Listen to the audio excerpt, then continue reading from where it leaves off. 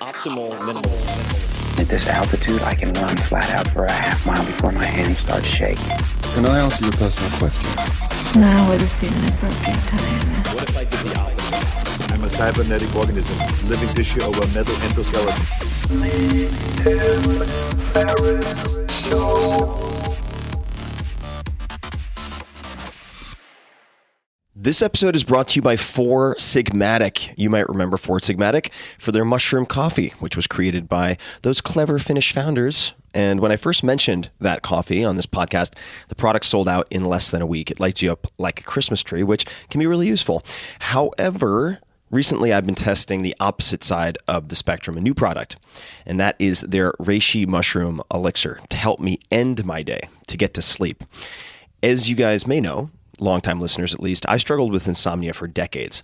I've largely fixed that, but still shutting off my monkey brain has never been easy, still isn't easy very often. And I found reishi, which I've been fascinated by for a few years now, has been very, very effective and calming. Their old formula, however, Four Sigmatic's old formula, included stevia, and I like to avoid sweeteners, all sweeteners, for a host of reasons. And I then just pinged them and asked, hey guys, I would love to experiment with this and maybe actually suggest it, but I'd like a version without sweeteners if you'd be open to it. If too much of a headache, don't worry. And they are always game for experimentation. So they created a special custom version without the stevia, without sweeteners. Now it is part of my nightly routine. Their reishi elixir comes in single serving packets, which are perfect for travel. And in fact, I'm about to leave the country right now, and I have a packet in front of me that's just going to sit in the end of my carry-on bag. You only need hot water, and it mixes very, very easily. Here's some recommended copy that they put in the read. So I'm going to read it, and then I'll give you my take.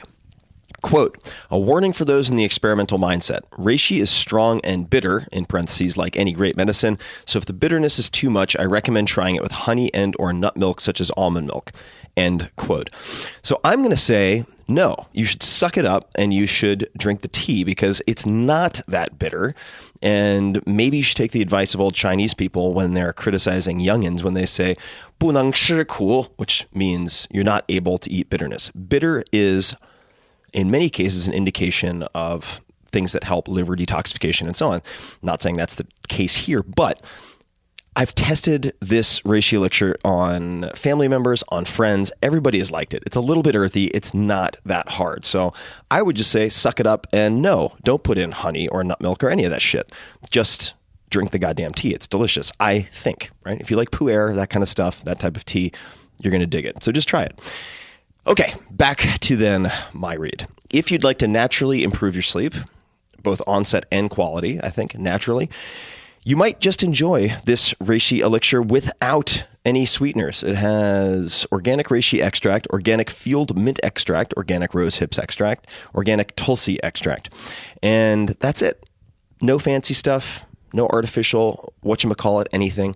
So check it out. Go to foursigmatic.com/Ferriss and get 20% off this special batch. I don't know if they're going to be making much more of this since it was made specifically for you guys. So do me a favor and try it out so that they continue to be open to experimenting with me to create products for you guys specifically. Check it out, Four Sigmatic. That's FOURSIGMATIC.com/Ferriss, FERRISS, and get 20% off the special batch.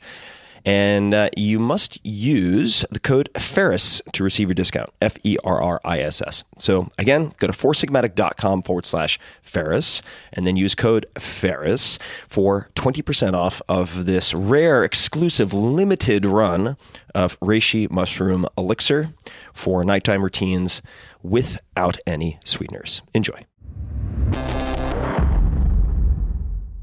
This episode is brought to you by WeWork. I love WeWork. I haven't had an office in many years, since 2000 or so, when I had my last real job, I suppose, in quotation marks.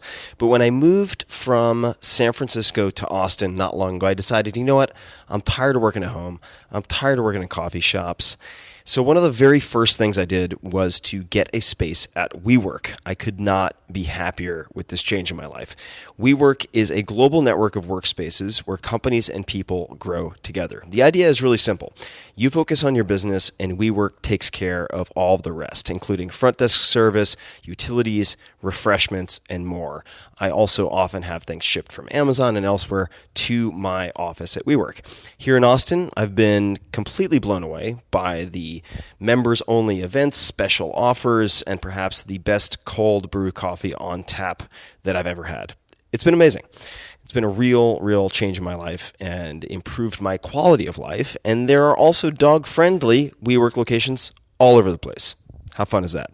WeWork caters to everyone from entrepreneurs and freelancers to startups and even large enterprises, including GE, Salesforce, Microsoft, MasterCard, Samsung, Spotify, Pinterest, and Red Bull, among many others. In fact, more than 10% of Fortune 500 companies currently use WeWork, and it's a rapidly growing group. In other words, it's not just solopreneurs and ground-level startups that use WeWork, but everything from that to the big companies who are seeing very huge benefits as well.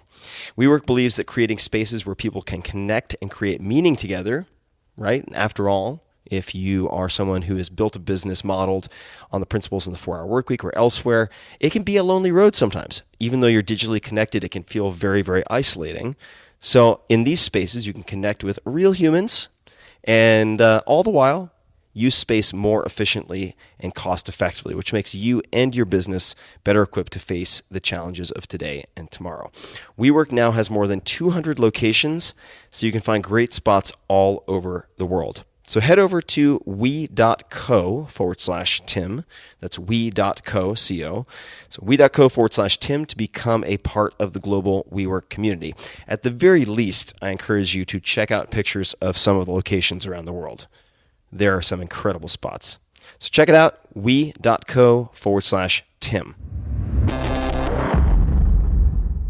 Hello, boys and girls. This is Tim Ferriss, and welcome to another episode of The Tim Ferriss Show. My guest today is Daniel H. Pink, at Daniel Pink on Twitter. He is the author of 6 provocative books, including his newest, When, subtitle, The Scientific Secrets of Perfect Timing. When is a New York Times, Wall Street Journal, USA Today, Washington Post, and Publishers Weekly bestseller. That's a lot of lists. Pink's other books include the long-running New York Times bestseller, A Whole New Mind, and the #1 New York Times bestsellers, Drive and To Sell is Human. His books have won multiple awards and have been translated into 37 languages at last count. He lives in Washington, D.C. with his family. You can also find his work, his various goings-on at danpink.com. And if Facebook is your thing, facebook.com/Daniel H. Pink. Dan, welcome to the show. Tim, thanks for having me. It has been quite a while since we Several years. And I know we were talking about all things Japanese, most likely, at least in one of our recent conversations based on one of your books. And maybe you could tell people, actually, just as context, a little bit about that book that we were chatting about in manga format or Japanese comic format, and we'll use that as a jumping off point. Yes, indeed. That was one of my best ideas that didn't go anywhere. That was a book called The Adventures of Johnny Bunko. And as you say, Tim, it was written in the Japanese comic format known as manga. And as you know, as a Japanophile, in Japan, manga, the comic format, is much more versatile and more widely used than it is here in the United States. So you have grown-ups reading comics, and they can be things about financial advice, things about love life, things about history. And so I did a fellowship in Japan with my wife and our 3 kids where I studied the manga industry. And I came back and said, you know what? I think it's time for manga to broaden its reach here in the United States of America. So I wrote a book called The Adventures of Johnny Bunko, and it's a graphic novel in manga form that reveals the 6 essential lessons of any satisfying, productive career through the story of a hapless young accountant named Johnny Bunko. That was a fantastically concise description. And I wanted to also, you said in the beginning that it was the best idea that didn't go anywhere, or something along those lines. And I wanted to bring up the book because it seems for those people it struck a chord with, it struck a very deep chord. And I believe it was Kevin Kelley, arguably the most interesting man in the world, who was on this Yes, podcast. indeed. And he mentioned that that book was, at least at the time, his most gifted book. So I wanted to at least highlight the fact that if it's good enough for Kevin Kelley, it should be good enough for many, many other people. That's exactly right. Now, Kevin did say that, and I actually think it's a good book. We did reasonably well with it. It didn't blow off the doors. I think I was, and this is a common thing that happens in life and in investing, in entrepreneurship, and publishing, and anything, is that you could be right too early. I think that's what it was. That I actually think that this format of graphic novels and comics having a more expansive reach in the United States is probably going to happen. I might have been, as they would say in the world of politics, I might have been a little ahead of the voters. Or using a surfing metaphor, paddling a little too early for the wave, which Same thing. Which sometimes means you don't catch a wave. In investing, it sometimes means you paddle right into the impact zone and then get smashed. Now, you mentioned politics. I wasn't going to go here right away. Oh boy! Okay. And I'm going to get there in two hops. So I'm looking at in front of me the Yale Law and Policy Review, Volume 8, Number 2, 1990, and it says at the top. This is like a deposition now. What do you have, like Exhibit A? Did I say something 30 years ago that you're going to make me pay for right now? I'm auditioning, indirectly, albeit, for my role on True TV as talent. Okay. But this won't go into any incriminating territory unless you volunteer something along those lines, which I doubt will happen. But it says on top, Editor-in-Chief Daniel H. Pink. So how did fate intervene that you are not currently in the legal profession? Oh my God! This is one area where I want to thank fate for her grace and kindness. Here's the thing. I went to law school, and I went to law school largely because I was a middle-class kid from the middle of America, and that's kind of what you did. And once I sort of saw the inside, and it was a terrible decision, and it actually helped me figure out how to make better decisions. It gave me some actually really good advice on how to make better decisions. But I basically went to law school without knowing what lawyers did or even what law school was. It was just something I did because that's what I was supposed to do. I found out I didn't really like it very much. And once I found out what lawyers actually did, and God bless the lawyers listening to this, but once I found out what lawyers actually did, I was like, oh, you hire somebody else to do that. It's like it takes skill to like plunge a toilet or, that kind of thing. Or mow a gigantic backyard. I mean, it takes skill to do that. It's just that, it's really not my thing. And so what I'd rather do is do something else and then pay someone else to do that kind of dirty work. And yet I found myself stuck. And because I was risk averse, I did leave for a little while, actually. I dropped out for a little while, but I came back. And so I went through law. So I went through law school. It wasn't accumulated massive student loans, but I was very fortunate in two dimensions in my law school trajectory. One was that my school had a very ahead of its time loan payback program, keyed to salary. So if you made less than a certain amount, they would offer assistance in repaying your student loans. And that gave people much more. Not many people took it, but that gave you theoretically more career flexibility if you decided not to practice law. The other thing is that I met my wife in law school, so it's a decision that ended up having a profound positive effect on my life. How did it help you learn to make better decisions? Going to law school? Right. You said that. Oh, well, here's the thing. Okay, here's what it did. Here's the thing.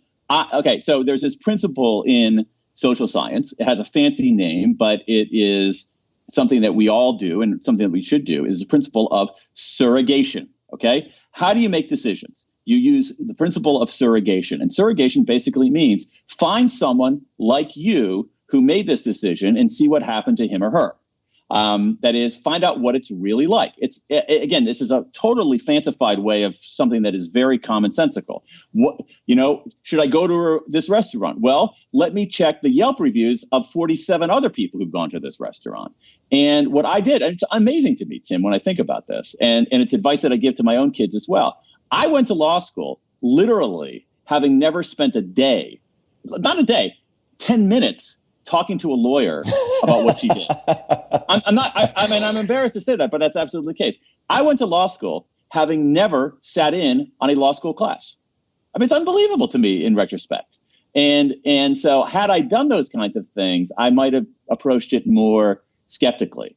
But I didn't do those things. And so, and because that ended up being an incredibly expensive decision, even though it led to it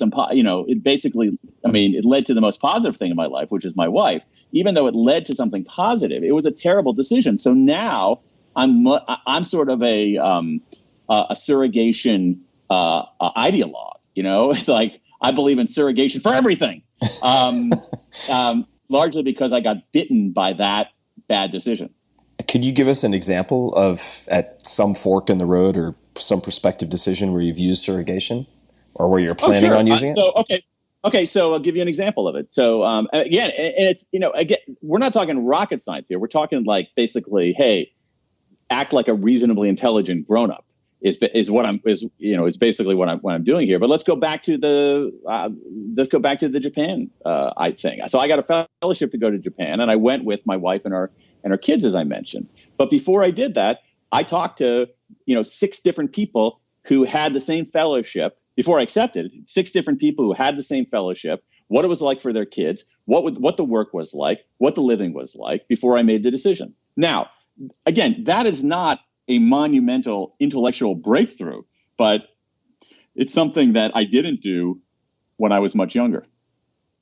Well, it's a best practice that can often get skipped, right? Whether that's something like this or something that should be very straightforward. If you look at, say, Atul Gawande's work in the Checklist Manifesto and checking various things to avoid bacterial line infections in a hospital, right? It's very straightforward, but if you neglect it over time, bad things are going to happen. But it's also I think that as I've gotten older and gotten more experience, I've actually become much more aware of the importance of intellectual humility. And like when I think of when I was younger, I feel, well, I know what law school is like. How do you know? Well, I just know because I thought about it once. And so I know. I know what lawyers do because I met somebody who was a lawyer and I know what lawyers, and so there's a degree of arrogance in that, of thinking that you know something when you actually don't. And so if you approach all kinds of decisions with a degree of intellectual humility and ask yourself, what don't I know about this? Where are my blind spots? Then I think you end up making better decisions. Definitely. Speaking of blind spots, I promised I would segue into politics, and that is somewhere I have very, very little confidence in any of my knowledge or expertise. How did you, because I was looking at what I believe to be one of your first articles that really, I'm not going to say put you on the map, that's too much of an overstatement, but the Free Agent Nation article in Fast Company, which was at the end of 1990. 20 years ago. Yeah, 1997. Yeah. And in the bio, or the byline rather, of that article, it says, until recently, chief speechwriter to Vice President Al Gore. So where did you go from law school, or dropping out of law school for a period of time, to speechwriting for then Vice President Al Gore?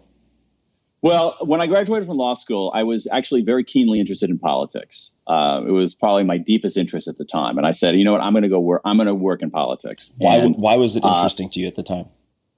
A couple of reasons. Number one is that I thought it was a venue for achieving something in the world and making a contribution to the world. The other thing is that I found the actual practice of it quite exciting and interesting in the way that sports is exciting and interesting.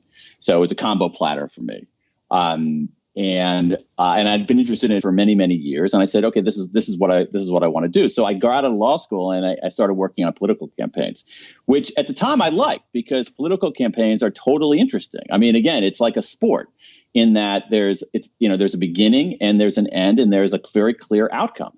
And it's exciting and you're making decisions on the fly. And I find political campaigns, more than other kinds of organizations and institutions, fairly meritocratic, because there's so much going on and so much crazy stuff happening that if you can do something, you will continue to, you'll be asked to do it again. And that's pretty much what happened to me. And that someone at some point asked me to write a speech, and I did it, and it was okay. And then they said, hey, that's okay. You want to do it again? And I did it again. And then I did it a third time, and all of a sudden that was my job. And it ended up being something that I had a certain affinity for, and it's something that a lot of other people did not. And so, just in the supply and demand of who has to do what, that's what I ended up doing, and I enjoyed it. I did it on political campaigns. I did it for a cabinet secretary, and then I ended up doing it for the vice president. And the trouble is that when I had spent all these years in the belly of the beast, it's sort of like, wow, I really want to work in politics. And all of a sudden, in a pretty kind of half-assed way, I was at a pretty good gig in the belly of the beast. I realized, hey, I'm not sure this is my thing. I thought this was my thing, but I'm discovering that this is not my thing. And what's even worse is that if I project out even further, and look at, say, what I'm going to be like or what I'm going to be doing in 10 years or 20 years, I really don't like that picture, because I see some of those people around me. Now, is there anything besides the projecting forward, looking at the people who had been in the game, so to speak, for a longer period of time and saying, wow, I could see myself filling their shoes and I don't like what that looks like?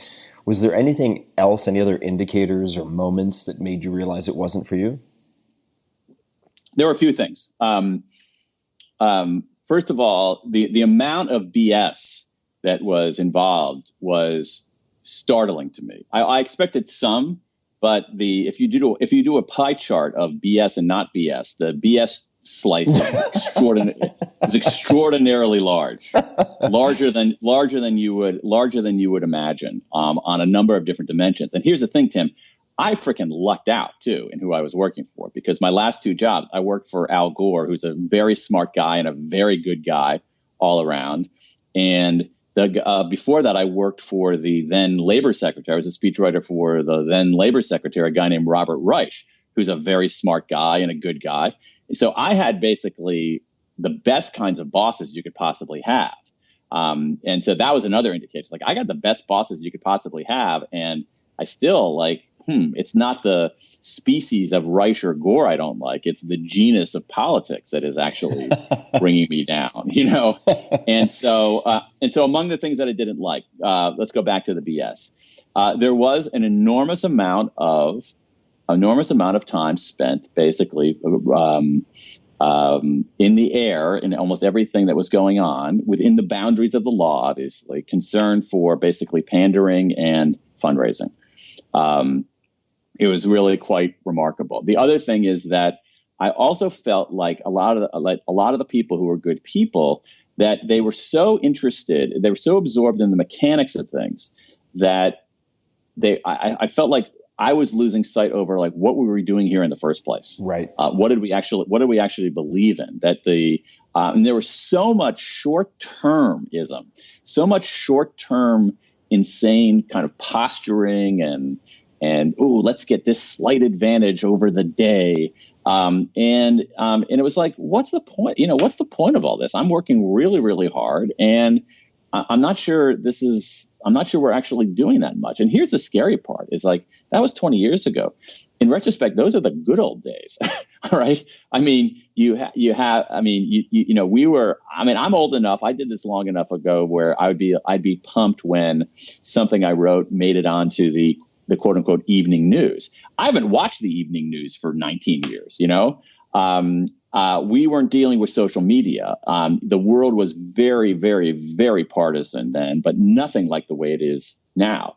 So I remember devoting a couple of days in my office to some subpoena that was given to Gore's office for finding some document about some nonsense thing. And I'm like really concerned about that, because I didn't do anything wrong, but it's like, oh my God, if I have an email that mentions X, Y, or Z and I don't find it, and then someone else finds it, I'm going to have to hire a lawyer, and Like, I didn't sign up for this garbage.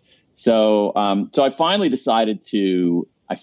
So again, this thing that I thought I was deeply, deeply interested in, once I actually experienced it, I found myself far less interested in it than I would have suspected. If you had told me that when I left that job, if you had told me 10 years earlier, like, you're going to have this job and you're going to leave it because you're tired of politics, I would have been very, very surprised.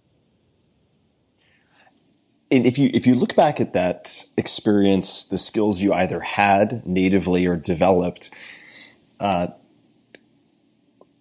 do you prepare your speeches now? Or maybe if we take an example of a speech that you've given that has received very positive feedback, or really, from your perspective, engage the audience. How do you go about preparing a 30-minute, 60-minute speech? What does that look like? Is there any example that you can give us? Yeah, I mean, it depends. I mean, actually, that experience writing speeches was actually extraordinarily useful in going out and, being a writer and then going out and talking about what I've written about. I mean, it's extraordinarily useful. I mean, if for no other reason, Tim, it was because, I spent a lot of time as a speechwriter watching audiences react, seeing what worked and what didn't. And that, I think, completely left an imprint on me. Again, I was able, I had this before I went out on doing it myself. I spent, as much time as any human being could have done, like watching speeches being given. But I always would watch when any of my bosses would give a speech, I would actually watch the audience rather than my boss to see, because that's how I learned how to get better at it. Hey, that line works. Hey, that line's a dud. Hey, they're spacing out here. Hey, this person over here looks confused. Wow, this went on too long. Wow, this could have gone on a little. Well, I've never had the experience that could have gone on longer, but this, this could have seriously, we could have cut it out there. And so seeing audiences react just gave me. I mean, it's almost like. Let me think of an analogy here. Okay, I mean, this is an imperfect analogy, but it's almost like. I'm going to go basically walk up and down the streets of Santiago, Chile for a couple of years. I'm not going to do any talking, but I'm going to listen to everybody else talking. And it's like, whoa, you can learn some Spanish that way. You're not going to be perfectly Spanish, but you have a huge advantage of someone if you do that and then go and say, hey, I think I'm going to learn how to speak Spanish. It also makes me think of a very useful feature for potential speakers, although it's probably not worth the labor for the TED organization, would be to take the camera C that's always pointed at the audience and give you the option of listening to TED Talks while watching the audience respond. That's an interesting idea. I mean, they do cutaways on those kinds of things, but the cutaways don't show people being bored. Right, exactly. That's actually more revealing than anything else. And I'll tell you, like, from a speech giver's point of view, and it's interesting you raise this, Tim, because I haven't really thought a huge amount about it myself. But one of the things that I enjoy most about giving talks is seeing the audience's reaction and figuring out what's good and what isn't. So if I come up with, hey, I got this killer line I just thought of, this is going to totally rule, and then I deliver it, and it's like, whoa, that bombed. And in my head, I don't feel like, oh, I'm so sad that it bombed. But in the back of my head, I'm like, that bombed. That's so interesting. I got to make a note of that. Like, that one bombed. And why did that one bomb? Did people not understand it? Was it obnoxious? And so I love that part of, and when you give speeches, when you do something in real time with people, or really anything before an audience. So if you and I were talking before a live audience, we would be getting feedback on our conversation that I think would be really useful and interesting. And when you do things that are asynchronous, as we're doing now, or writing a book, which is asynchronous, you get that feedback much later. And so the feedback is less meaningful. So if I write something and someone says, you wrote this passage here, I just don't get it. that's sort of a bummer for me because I don't have time to cure it. But if I say something before an audience and I get a bunch of blank looks, I immediately know, wow, okay, I didn't explain that very well. I got to go back next time around and explain it better. So I've so many different questions I want to dig into related to what you just said. The first is actually connected to something we were talking about just before we hit record. And that was you having listened to the interview I did with Brian Koppelman, the screenwriter, filmmaker, co-creator of the hit show Billions, among many other things. And his penchant and recommendation for forensically studying film, watching films with a notebook in hand and taking notes on what worked, what didn't, his responses and so on. And you mentioned a number of different questions and cues that you might ask yourself while watching in your speechwriter days, the audience, while essentially your boss is giving a talk. Would you be writing those things down? Would you be sitting there kind of with a notebook in hand recording this type of thing? What I would often be doing would be, I would have, okay, so if it was a speech where where there was a written text, which is not always the case. In some cases, for lower key, for less significant things, it would be, say, a conversation and some talking points and some things like that, but let's say for a speech that was actually delivered, that is a speech that was written out and then delivered, behind a podium, I would almost always have the actual physical text of the speech, and I would mark up that physical text of it. So in some cases, because it was helpful for me in terms of just relating to my own boss, let's say that he skipped a paragraph.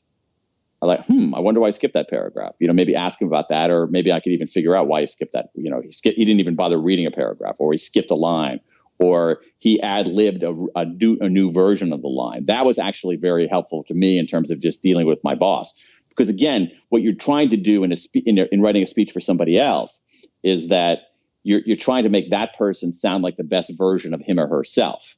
And so it could be that the way I phrased something didn't sound like him, but he knew what I meant, and he was able to phrase it in his own words, and that actually was helpful for me in terms of doing the tactical craft of my job. But so I would have the text with me, and let's say there was a joke. I would say, it basically would like seriously, like plus and minus, and say, hey, that joke worked, that joke didn't work, that line worked, that line didn't work. And one of the things that it taught me is that you don't go based on, I'm getting in the weeds here a little bit, but you don't make permanent decisions based on one reaction. And I do that myself now in my own stuff. So if I say something and it doesn't work the first time, I don't abandon it then. I make a note of that, and then I try it again, because sometimes different audiences, different contexts, different things, it can work. But I would do that. It was just sort of, and here's the thing. I don't want to make this sound like I use the word forensic to talk about what Koppelman is doing. Mine was less forensic. It was more hygienic. It was, to me, it's like, that's just like good staff hygiene. You know what I mean? I wrote a speech, and this dude is delivering it. I should pay attention to like how it's going, Definitely. And if I do that, I'm going to do better next time, and he's going to do better next time. If I look at my own writing, the writing that I've done that has received the best response, I'll just keep it broad. 9 times out of 10, it's something that I have tested and honed in some speaking format, whether it's a presentation or a class or something else, which is part of the reason why if I'm giving a talk or doing an interview in front of a live audience, I always ask them to raise the house lights, because for whatever reason, a lot of venues like to really dim it down, but then you can't see the response. So I always ask them to raise the house lights. When you are testing out a speech or an article or a chapter on someone else, what types of what are you looking for, or what types of questions do you ask? You can pick any of those that you'd like, but what type of questions do you ask? Yeah. Let me take your simple question and complicate it. Let's go for because because I actually think that speeches and written words are different things. Okay. And so the way that I would convey an idea in a speech is going to be different from the way that I would convey the same idea in a book. And so for me, like one of the most important, like I have to say, it's a simple question, but and I find myself asking it all the time to people, is this following question: does that make sense? Does that make sense? Or what I've sometimes found an easier way to rephrase that is, I think this is actually a useful a writing hack, is, what about that doesn't make sense? Yes, I think that's a great question. I think that people are more likely to say, does that make sense? They're, sort of out of politeness and also just out of self. Oh, of course that makes sense. Yeah. But sort of, what about that? So I converted a little bit. What about that? What about that doesn't make sense? When you explain an idea to somebody, or you're talking to an audience, I really think, maybe I'm overestimating my own abilities, but I really think you can tell by the looks on people's faces. There are all other kinds of markers of that too. So, for instance, especially now, if you have slides, what are people taking pictures of? All right, what slides are they taking pictures of? What things are they writing down? So I look at those kinds of cues in talks. I think writing is more difficult, and I'll tell you what I do in writing, especially books. And this is a little bit insane, it's insane in the sense that it requires someone who is deeply devoted to you in a way that someone you truly love is devoted to you. So here's the thing about my books. Even though I just said speeches and written words are different, for me, I actually improve my writing by listening to it. Not because I listen to written words different from the way I listen to speeches, if that makes any sense. And so when I write books, so the latest book, latest book and all the previous books, I have an office here behind my house in Washington, D.C. It's a garage, refurbished garage. And I will sit in my office, and let's talk about the latest book, okay, just to give you an idea. So this is a book, I don't know, it's like 280 pages or something like that. I read every word of that book out loud to my wife at various stages. What's more, I read multiple drafts of chapters out loud to my wife in this office. But wait, there's more. My wife read every word of this book out loud to me, including drafts, because for me, that's how I process the written word. So for me, I can tell what works in a speech because you have a large audience of people behind, reacting to it. When in terms of written words, like I don't know. It's just like, after all these years, I know what's good and what's not when it comes to written word. And I actually know what's not good, really, is what I know. And so I try to remove all the not good stuff. And the way I do that in this very laborious way is to read aloud, because that helps me look at the words a different way, but also to have them read aloud to me. Now, what's amazing to this and shows you just how incredible and awesome my wife is that I am the worst person on the planet to be read aloud to, because I'm a complete pain in the ass when it comes to, especially if you're reading my words. Oh, come on. You got to read with more expression than that. Oh, come on. No, the emphasis is on that word. No. Yet my saintly wife has done this for several books now. Wow. She's a keeper. Yeah. I've only, and I suspect this is more common than either of us might expect, but John McPhee, the nonfiction writer, also writes, I think he still writes for the New Yorker. Fascinating guy, but I took a seminar with him in undergrad, and he also explained how he reads all of his work. I believe he reads not only his feature works, but his articles out loud to his wife. Really? Yep. I actually did not know that. Yep. So this is... Yeah. So I'm in pretty good. I'm in pretty good company. You're in good company. I started reading John McPhee when I was like a pretty, like a young teenager. And one of the best McPhee books I've read was a book, you might have read it, called Levels of the Game. It's so good. It's so good. Maybe you can just. I love that book. I read it again. I actually read it again about 2 years ago. But I read it as a kid. I got it out of the library. I spent a lot of time in libraries when I was a kid, and I don't know how some librarian or somebody told me about it, because he has that famous book about Bill Bradley, A Sense of Where You Are. So I read that because I was a basketball fan. And then it's like, oh, I was also a tennis fan. It's like, oh, you read about tennis too? And I read that book. And I didn't, at the time, I guess I was saying, wow, you can actually write about sports in a way that's kind of more interesting than just sports. Yeah. That's a remarkable book. I mean, I can explain it quick. So it's a story about a single tennis match between Arthur Ashe, who then was very young, just out of Richmond, and a guy named Clark Gravener, who was from a wealthier family in, I think it was like suburban Cleveland.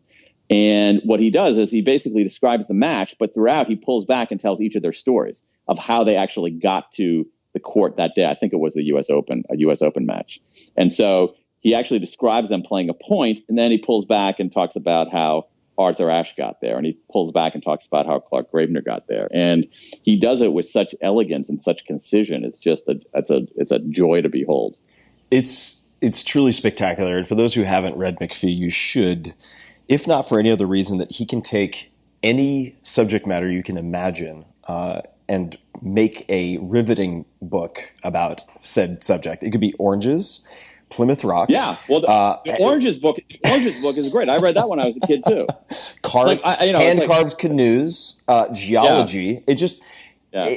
You name the topic, and he can turn it into a page turner. But levels of the game is just spectacular. And one thing that McPhee is very, very good at is, and I think this is also shared territory with you, is asking questions.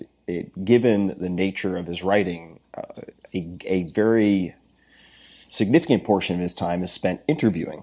And what about that doesn't make sense is a really powerful tweak on the maybe alternative that you mentioned, which is, does this make sense, right? Or does this make sense or not? And this may be digging too far into the weeds, but I was really fascinated to read about an approach that you've detailed in one of your books called Motivational Interviewing. And I hadn't heard of this before, but the example that stuck out to me, and you don't have to give this exact example, but was asking a student who is seemingly struggling with algebra a certain question instead of others. I don't want to butcher it, but I can certainly I have it in front of me so I can pull it up if need be. But can you explain for people what motivational interviewing is and maybe give an example? Yeah, so this is actually it's a therapeutic technique that actually I think has wider applications. And I heard about it from a fellow named Mike Pantalon, who's at Yale School of Medicine, who used it in I think addiction treatment. And it's basically like this. So let's say that you have let me think of a good example here of something that somebody typically isn't that keen to do. Okay, let's go to algebra. Let's say you have somebody. Let's say you're a parent and you have a kid who's in 8th grade, and he has an algebra test and doesn't want to study for the algebra test. Isn't into it, doesn't want to do it. And so, typical reaction from parents, from anybody, an authority figure, is like, "What the hell is wrong?" Start saying, start demanding compliance. And motivational interviewing is almost the reverse of that. So it basically, let's say you have a kid named Bob. You could say, "Hey Bob, I see you're not studying for your algebra test. Let me ask you a question. I see you have an algebra test tomorrow. On a scale of 1 to 10, how ready are you to study for your algebra test? How ready are you to start studying for your algebra test? All right. How much do you want to start studying for your algebra test?" And Bob is totally unmotivated by it. Bob might say, "I'm a 3, right? A 3 out of 10. Now, again, our reaction as bosses, as parents, as people in figures of authority is to say, what do you mean you're a 3? You should be a 9, but instead you're more chill than that. And you say, okay, you're a 3. Why didn't you pick a lower number? And that always wigs people out. So he says, I'm a 3 out of 10 in terms of my desire to do this thing. And you say, instead of saying, yo, my God, you should be a 9. What are you, crazy? You lazy ass. You say, oh, why didn't you pick a lower number? And what's interesting about that is what it does to Bob is that Bob has to now say why he's not a 2. And so he begins saying things like, well, if I don't study for this test, I'm probably going to bomb the next test. If I don't master this material, it's going to be harder to go into later on. If I don't do well in this test, you might hassle me. And so what happens is that Bob begins articulating his own autonomous, intrinsically motivated reasons for doing something. And that's the key. And what we know from a mountain of social science research is that when people have their own reasons for doing something, they're more likely to endorse the behavior and they're more likely to carry it out. And so this becomes a way to surface Bob's own motivation for it through questions rather than through dictates. And it can be a very, very powerful technique. You can also turn it inward.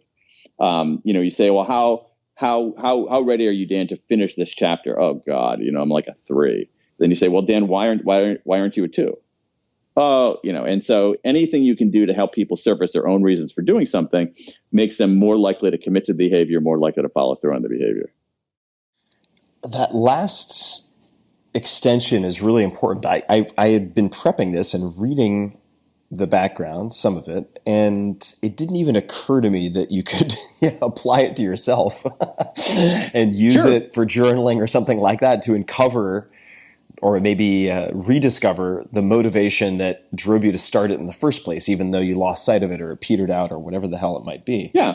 I mean, you could use it for going to, you could use it for going to the, going to the gym or going to work out. How ready are you? How excited are you about, how motivated are you to work out right now? I'm a 2. All right. Well, I said it to myself. Well, why aren't you a 1? Well, I know that probably I'll feel better if I work out rather than if I don't work out. I know that actually, if I don't do this aerobic exercise today, I'm probably going to, might not have a chance to do it tomorrow, which means I'm going to feel like crap. And so you can turn it on yourself as well. It's all about those surfacing, one of the things that we've done in management and parenting and all other realms of life is that we've overdosed on control. And control is not an effective way to motivate people for important things, because human beings only have 2 responses to control. They comply or they defy. And that's a history of humankind. It's basically human beings either complying or defying with control. And so we need to abandon control as a motivator and look for ways for people to summon their own autonomous motivation for doing things. So we talked at the very top of this interview about Johnny Bunko and how you were ahead of the voters in a sense. It didn't quite catch. You might have been a bit early with the manga format. In contrast, A Whole New Mind seems to really have resonated strongly, and it did catch. So I'd love to try to deconstruct why that was the case. And as one example, it appealed so much to Oprah Winfrey that she gifted, I want to say, 4,500 copies to the Stanford graduating class of 2008 when she did her commencement speech there. Why do you think that is? And the subtitle, I should just mention, so Whole New Mind subtitle, Why Right-Brainers Will Rule the Future. Why did this one take? Yeah, I mean, it's hard to say. I think a reason that it took is that it was a fairly original idea, conveyed in a way that was easy to understand and also had the advantage of probably being more right than wrong. So the idea in that book is the following, that I was arguing then, I still believe it today, that the structure of our brain offers a metaphor for describing the future of work. And, all your listeners know there's been a lot of stuff written about left brain and right brain over the years. Most of it's just total garbage. But one of the one of what we know about our brains is that they're actually somewhat efficient, and then over time they've divided up tasks. So the left hemisphere specializes in one set of tasks that are logical, linear, sequential, analytical. The right hemisphere specializes in a different set of tasks that are about understanding context, about synthesis, and about simultaneous processing. And so that division of labor in the brain, I think, offers a very powerful metaphor for understanding what I thought was going on in the world of work, and it continues to go on in the world of work. But actually, to make sure I got the underlying science right, tearing a page from the Tim Ferriss playbook, I actually went to the National Institutes of Health to get my own brain scanned, see my own brain in action, which ended up being a profoundly disappointing experience. But that's another story for another day. And so basically, the idea here is this: that the abilities that used to be the most valuable in the economy, it's a metaphor, characteristic of the left hemisphere, logical, linear, sequential, analytical, spreadsheet, SAT abilities, those abilities are still necessary, but they're no longer sufficient. And its abilities more characteristic of the right hemisphere of the brain, artistry, empathy, inventiveness, big picture thinking, those abilities are now the first among equals. And the reason for that is a very hard-headed reason, that those kinds of abilities are easy to outsource, easy to automate, and that the left hemisphere abilities, the SAT spreadsheet abilities, are easy to outsource, easy to automate, and less valuable in iterating something new, in dealing with the demands for new that comes from an abundant world. And so actually, maybe another reason that took is that I basically came to a soft-hearted conclusion in a hard-headed way. There was a very clear economic argument for that. The 3 A's: Asia, automation, abundance. Reductive left brain work can be done cheaper overseas. The other A, automation. It can be done faster by computers and now smart machines. And then finally, abundance, that our material needs have been satisfied and oversatisfied, that there's a premium now in coming up with something utterly new and giving the world something it didn't know it was missing, which is a very much of an artistic ability. And so that's the argument in that book. And it's an argument I think that people resonated to because they were seeing inklings in their own life and they needed a way to describe it, categorize it, put words on it. Well, it seems like history has proven your prediction or description very accurate at this point, for sure.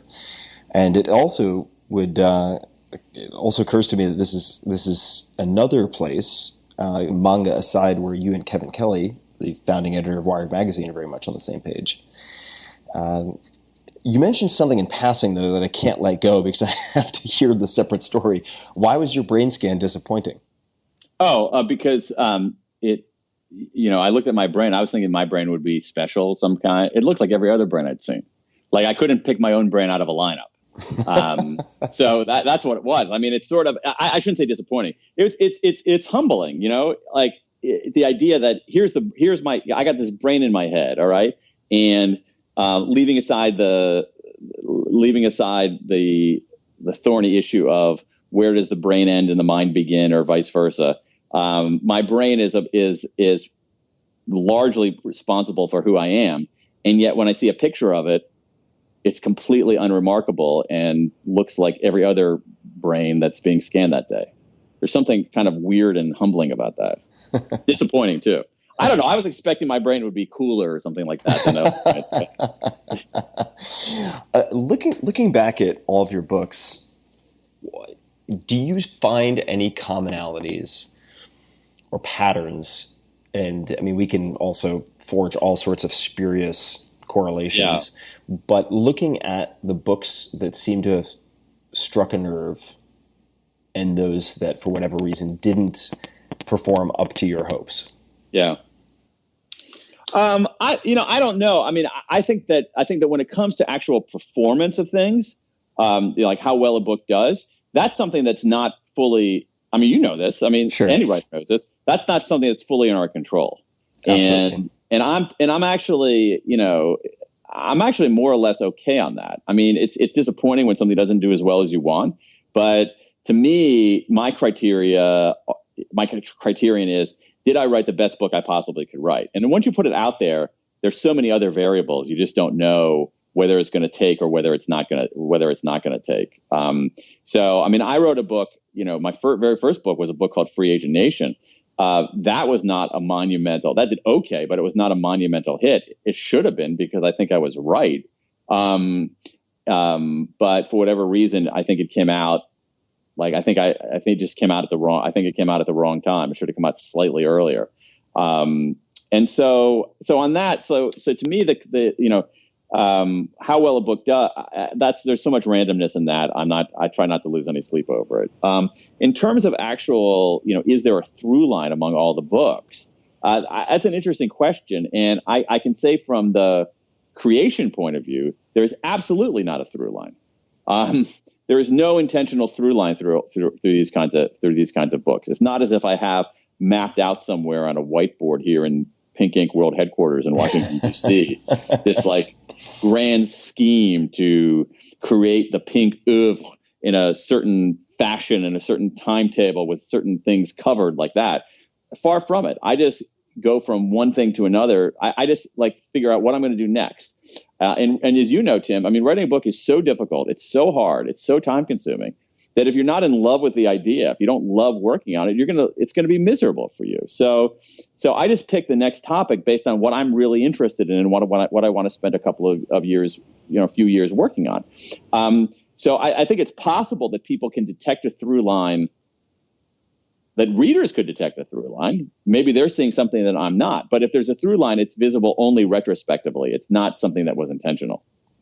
What was, speaking of difficulty and writing process, what if there is if you had to pick one, what has been the most difficult book for you to write and why?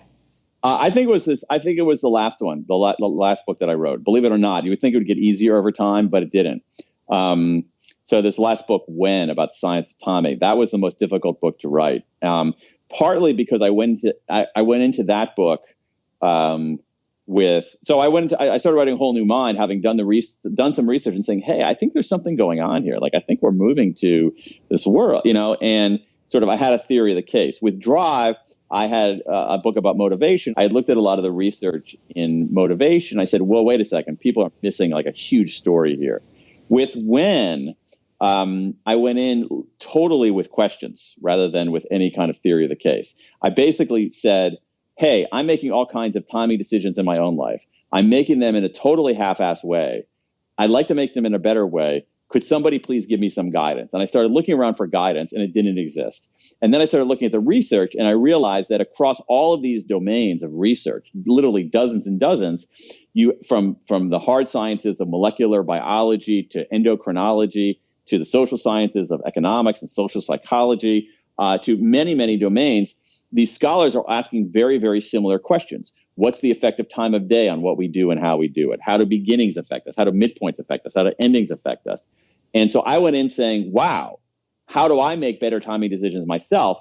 But I didn't have a theory of the case. And so the volume of research for this one was so monumental. There were so many studies out there, and there were so many different fields, and fields that, like molecular biology, is not a subject that is at my fingertips. All right. I spent so much time. I basically would read those papers.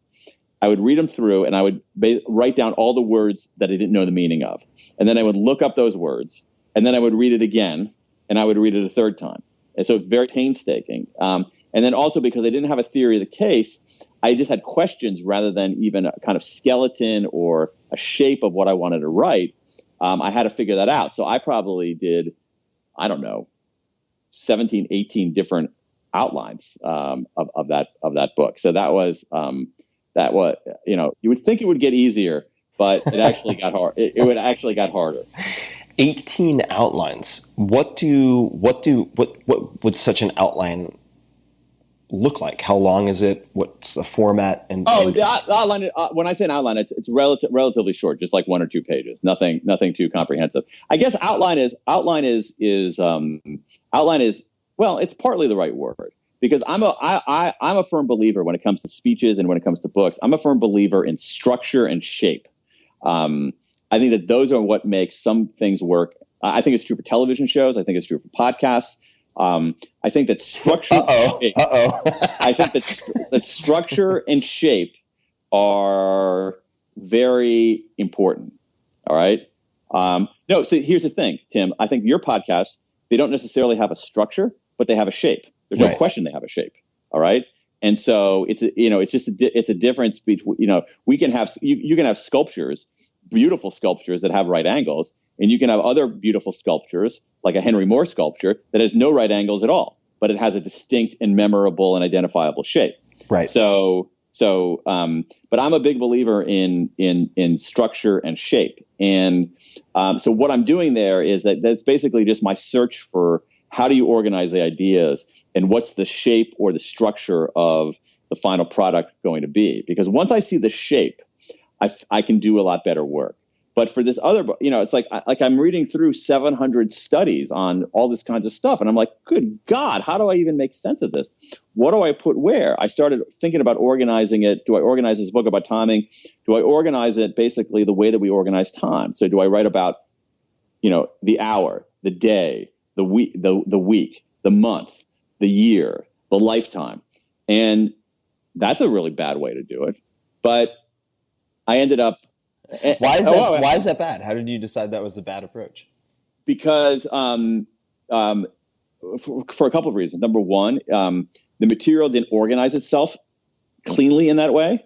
Number two, that struck me more as like a handbook, like a farmer's almanac, rather than an intelligent book of science journalism with takeaways. And more important, that's not a book I would want to read. Right. And so I abandoned that, but did I really abandon it? Because I actually ended up writing a whole chapter in this book about the day. So I ended up cleaving off some of that and keeping it for other things. And so it took me a long time to find the shape. And the way I find the shape is I basically write it down on either what I call big ass stickies, is giant Post-it notes, or on a whiteboard that I have in my office. But I went through many, many, many iterations. And on that, I have a somewhat social view of that. And that what I'll do is I'll run it past people to see what they think. And say, hey, what do you think if I organize the book that way? Does that make any sense? Or what about that doesn't make sense? Or what am I missing here? Or what's the weak spot there? But it took me a long time to find the shape of this book. That, coupled with the fact that the amount of research was so massive, it was actually the hardest book I've had to write. Well, you're doing the research as you're writing the book, right? In effect, it sounds like, because you're coming into it with questions, but then you're having to digest all of the information that might lead or might not lead to answers while you're writing it. Yeah, exactly. Very hard. And that's hard to right. Exactly. You're so right about that. That's hard to do too. And a lot of people, I mean, as a writer, it's messier than that. There's this notion that I'm going to do my research, and then when my research is done, I'm going to do my writing. All right. Yeah. And so it never works that way.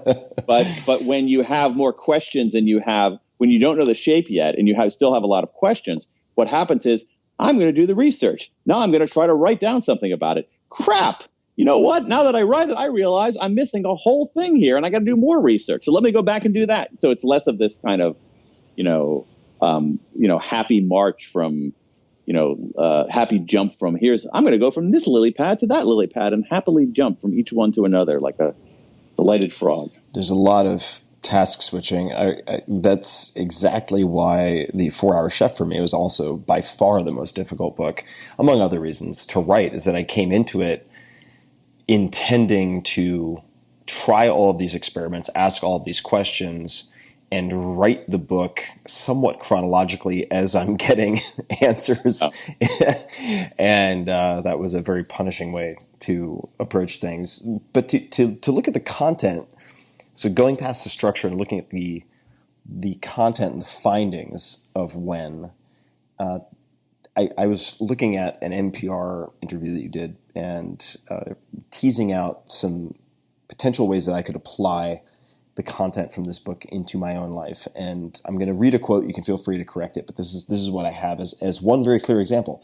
And I'd love to, basically, I'm going to ask you what types of decisions have changed for you, or easy ways that people can think about making changes related to timing. So here's one, and I'm going to truncate it a little bit, but quote, in a lot of this research in big data, you see systematically poor performance in healthcare settings in the afternoon. Example, the incidence of hand washing inside of hospitals dramatically drops in the afternoon. And that seems like a bad thing to me. That's my voice, not yours. You look at colonoscopies. Endoscopists find half as many polyps in colonoscopies in afternoon exams versus morning exams, even with the same population. Doctors are more likely to prescribe unnecessary antibiotics in the afternoon compared to the morning. And this is very, very actionable, right? If we are to trust the data, if the patterns, if the correlations hold, then you are certainly better off, it would seem, if you want to mitigate. I'm not sure that was English. Risk mitigate. I think I swapped the first two letters. That has a fancy psychological term. It's called in linguistics a tip of the slung. A tip of the slung. Yeah. Exactly. And we might come back to your undergrad and linguistics, but what are other examples related to the timing? Oh my gosh, that people might be able to implement. Oh my gosh, there's so much stuff. I mean, the good news about this is that when I did finally wrestle the research to the ground and figure out how to structure it, it yielded so many great takeaways for readers. So take a step back. What we know from a mountain of research, it took me a while to figure this out, was that we tend to move through the day in three stages: a peak, a trough, a recovery. Peak, trough, recovery. Now, most of us move through the day in that order. People who are night owls, people who have an evening chronotype, they move through the day in the reverse order: recovery, trough, peak. But what we know is that we know a few things about human performance over the course of a day. The most important thing, and I wish somebody had told me this before I was 50 rather than once I was 50, all right, is that our cognitive abilities do not remain the same throughout the day. Our cognitive abilities change during the day, and they can change in some dramatic ways, and they change in predictable ways. But how we perform depends on what we're doing. Right. So what we know about the peak, which again, for most of us is the morning. For night owls, it's later in the day. What we know about the peak is that the peak is when we are most vigilant. And what does vigilance mean? Vigilance means we're able to bat away distractions. And so when we're vigilant and can bat away distractions, that makes it the best time for analytic work that requires heads down focus, writing a report, analyzing data, that kind of work. Piles of research tell us that we should be doing our analytic work during the peak, right? The trough, that's the early afternoon and early to mid afternoon. As you mentioned from the data on healthcare, a lot of bad stuff happens then. I mean, you have standardized test scores for students go down in the afternoon. You have, if you look at auto accidents, once you control for cars on the road, obviously there are going to be more accidents when there are more cars on the road, but once you control for that, the most dangerous time to drive is 4 to 6 a.m. The second most dangerous time is 2 to 4 p.m.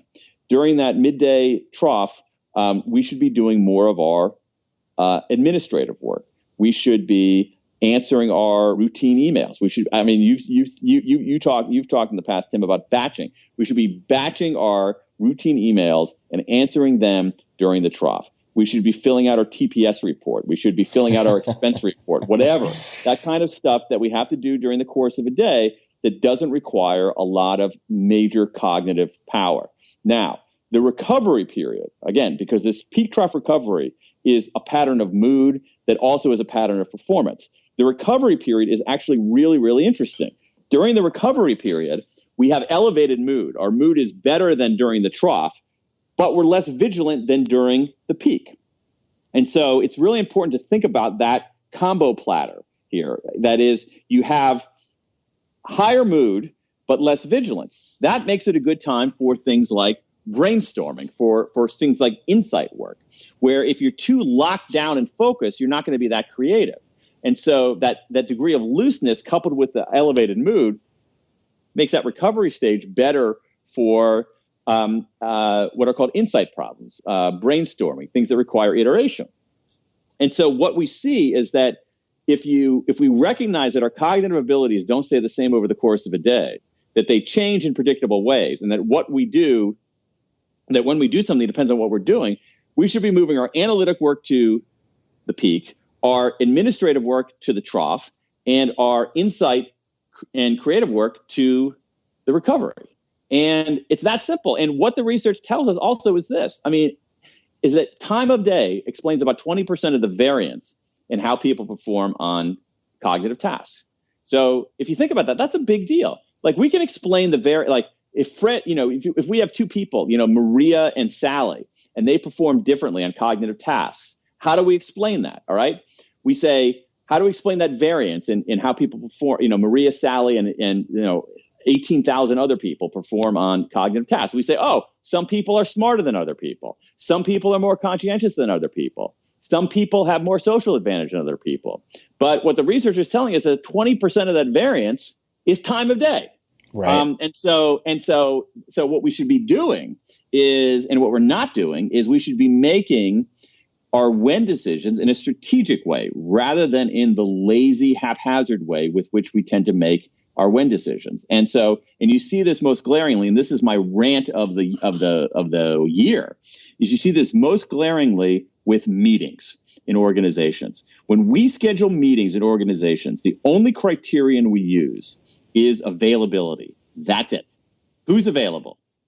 We don't say, what kind of meeting is this? Is this a meeting where people have to be analytical? What kind of meeting is this? Is this about travel voucher policies? What kind of meeting is this? Are we brainstorming? Who's going to be there? Are they going to be morning people? Are they going to be intermediate people? Are they going to be evening people? We don't even ask those questions. We just say, who's available? And it's causing it's one of the easiest things organizationally to fix. And it's something that at the unit of one, individuals can be a lot more systematic and intentional about moving the right work into the right time slots. What time of day do you generally wake up personally? I wake up a little after 7. And what is the first 2 hours of your day look like? Do you have any particular routines? Can you walk us through what that? I don't have the detailed routines that you have written about, that you actually have experimented with, and things like journaling and meditation or anything like that. Here's what I do. I wake up. All right. I take a shower. A shower helps me wake up, so I take a shower. I go downstairs, and I feel better if I see a member of my family. So whoever happens to be awake. I have 2 kids in college now, so I don't see them, but I have another kid who's still around. So I see him. I see my wife, and I like to have some protein for breakfast, if that's a ritual, and caffeine. Protein and caffeine is my preferred breakfast. What's your go-to protein? You know what? I probably eat more hard-boiled eggs than almost any other person in America. I am keeping the hard-boiled egg industry in business. I think I'm single-handedly responsible for the advent of hard-boiled eggs for sale in individually wrapped packages in airports. I really think so. Because once they introduced that, I bought them all. And they go, oh my God, there's such demand for these hard-boiled eggs. I was actually saying to my wife, I eat so many eggs, it's ridiculous. So I don't have a cholesterol problem, fortunately. Hard-boiled eggs or peanut butter. And then what I do is, when I'm in my writing day, and this is actually something I did better having read this book, when I'm on writing days, I will go to my office, which again is behind my house, and I will not bring my phone with me. I will not turn on my email, and I will give myself a quota. And that quota is usually is a word count. So call it 700 words. I'm a fairly slow writer. So you got these people out there who are like, I can write 3,000 words a day. And it's like, I don't think I've ever done that. And so I'm very, very slow. I may be slower than you are even. Yeah. Well, here's the thing. I'm slow in I'm basically slow in every domain of my life. I'm like just I'm a slow runner. I'm a slow reader. I'm a slow writer. I really heavily scrutinize my 23andMe report to see if I had some kind of like tortoise gene in me somewhere, that somehow like one of my ancestors in Latvia somehow mated with a tortoise at some point. But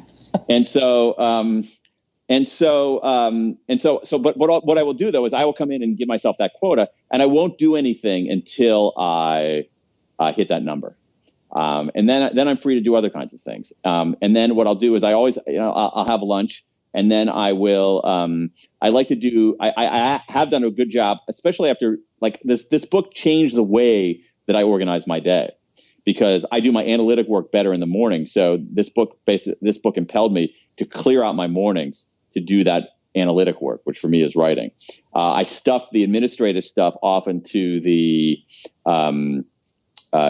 midday, and the batched emails and that kind of garbage. And then I like to do interviews, especially when I'm interviewing, like for book interviews. I like to do those later in the day because I'm a little bit more, I like the interviews to be a little bit more freewheeling. I'm not an investigative reporter. I'm not conducting a deposition. I just, want to hear people's stories and what they think about stuff. And so you're not quoting the Yale Law and Policy Review, Volume 8, Number 2, 1990? No. And so I'm not, so I want that to be a little bit more iterative. And then then I actually end up exercising later. I end up exercising later in the day and in the early evening because I find that works best for me. You said on a writing day, when you were on book deadline, what is your weekly structure tend to look like? Is every day a writing day? How do you allocate when I'm writing things? a book, because I'm also a momentum player. So for me, writing every day is hugely important. When I'm working on a book or working on a long article. So I try to do that. I try to do that every single day, like 7 days a week. And do you have set periods of time between books? Do you decide in advance, I'm going to take X period of time until I investigate another book? What is your macro planning look like? Macro planning, boy. My macro planning is neither macro nor planned, I think. That I think that needs to be on a motivational calendar somewhere. Yeah. I don't know. It's put it another way. If that question sucks, which it might, because it's also making a bunch of assumptions. How do you decide when to take on new projects or new books? If that's a better question. Yeah. So I sort of go in cycles. So I'm actually heading to that cycle right now. So I've spent a lot of time writing this book and try to make it as good a book as I can. In terms of actually spreading the word about it, I try to do that with, forgive the cliche, not leaving anything on the sidelines. So doing everything I possibly can, being everywhere, being strategic about it all, trying new stuff, trying cool stuff, trying to get some momentum behind the book. And then, when that sort of white hot center dissipates, and the book, we hope, has some momentum of its own, then I'll go back and figure out the next project, whatever that project might be. And the way I do that is, I know this will shock you, Tim, in a slow, laborious way. So what I do is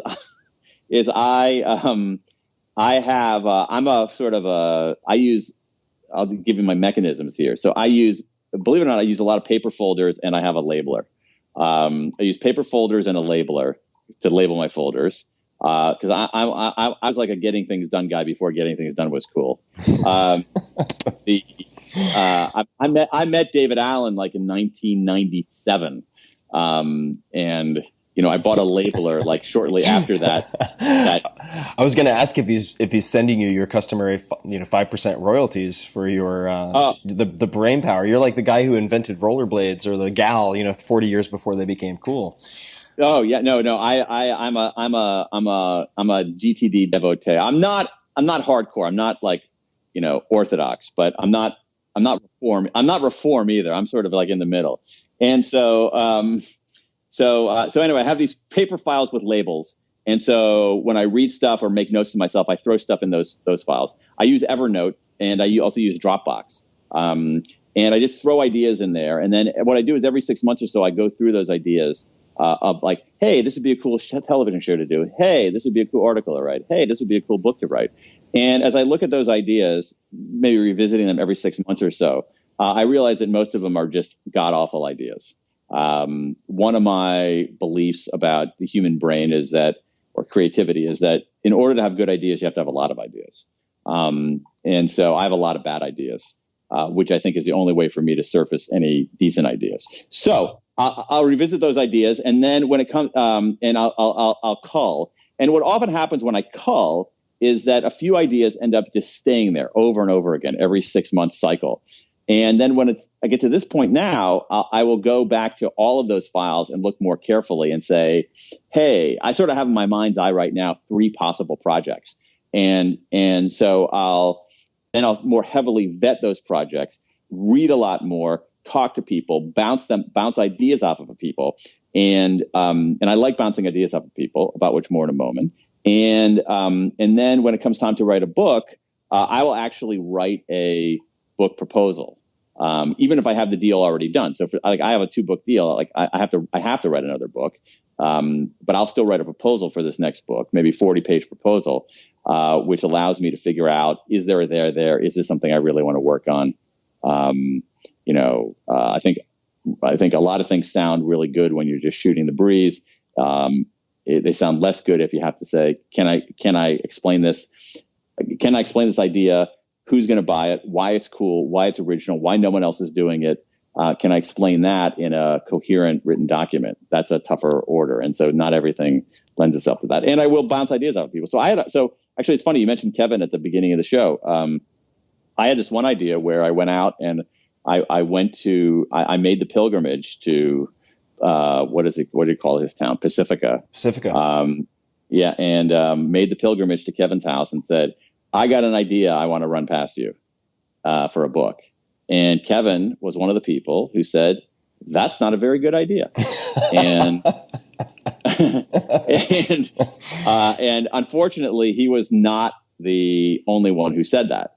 And or fortunately, depending on how you look at it. I mean, if he's actually, fortunately, you're right. Fortunately, he was not the only one who said that. So I actually ended up abandoning that idea in part because he was another brick in the wall of people saying no, no, no. Let's pause there for a quick second. Do you mind sharing? I don't think Kevin would care at all on what he or other people made as arguments against you pursuing this idea. And you can tell us what the idea was, or you can blur I'm gonna be skittish about the idea, but let's just say it had to do with morality. All right, I wanted to write a book dealing with morality, and Kevin, who is a person of religious faith, who is extraordinarily well read, and among people who are very well read and very intelligent, I think there are a dearth of people who have strong religious faith. It's just an observation. It's not like a judgment one way or the other. Right. And so I thought he would be an especially good person to run this idea past.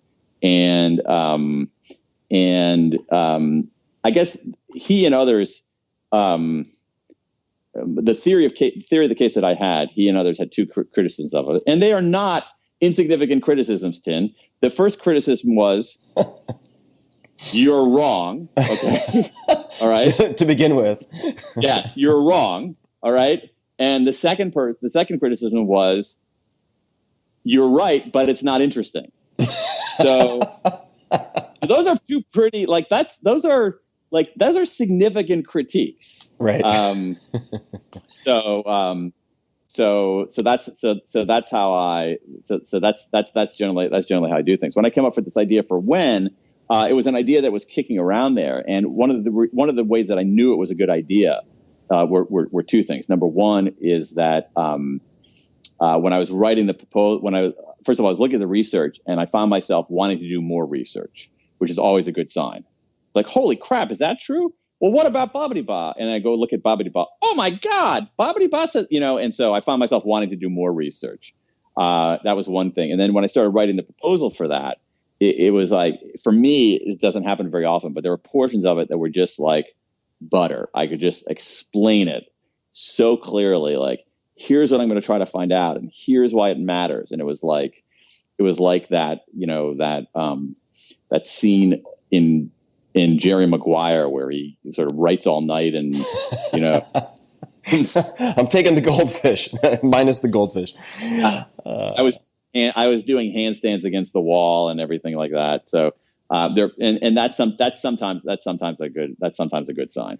I think it's that lack of or overabundance of energy, I think, is undervalued. How much the project actually gives you more fuel in the tank. Right. And I think that's a big, here's the thing. I think a lot of writers, I think a lot of people who come out as journalists, and before I started writing books, post speech writing sort of as a, and even the first time I was writing books, I did a lot of magazine articles, a lot of magazine writing, long form magazine writing, which I like.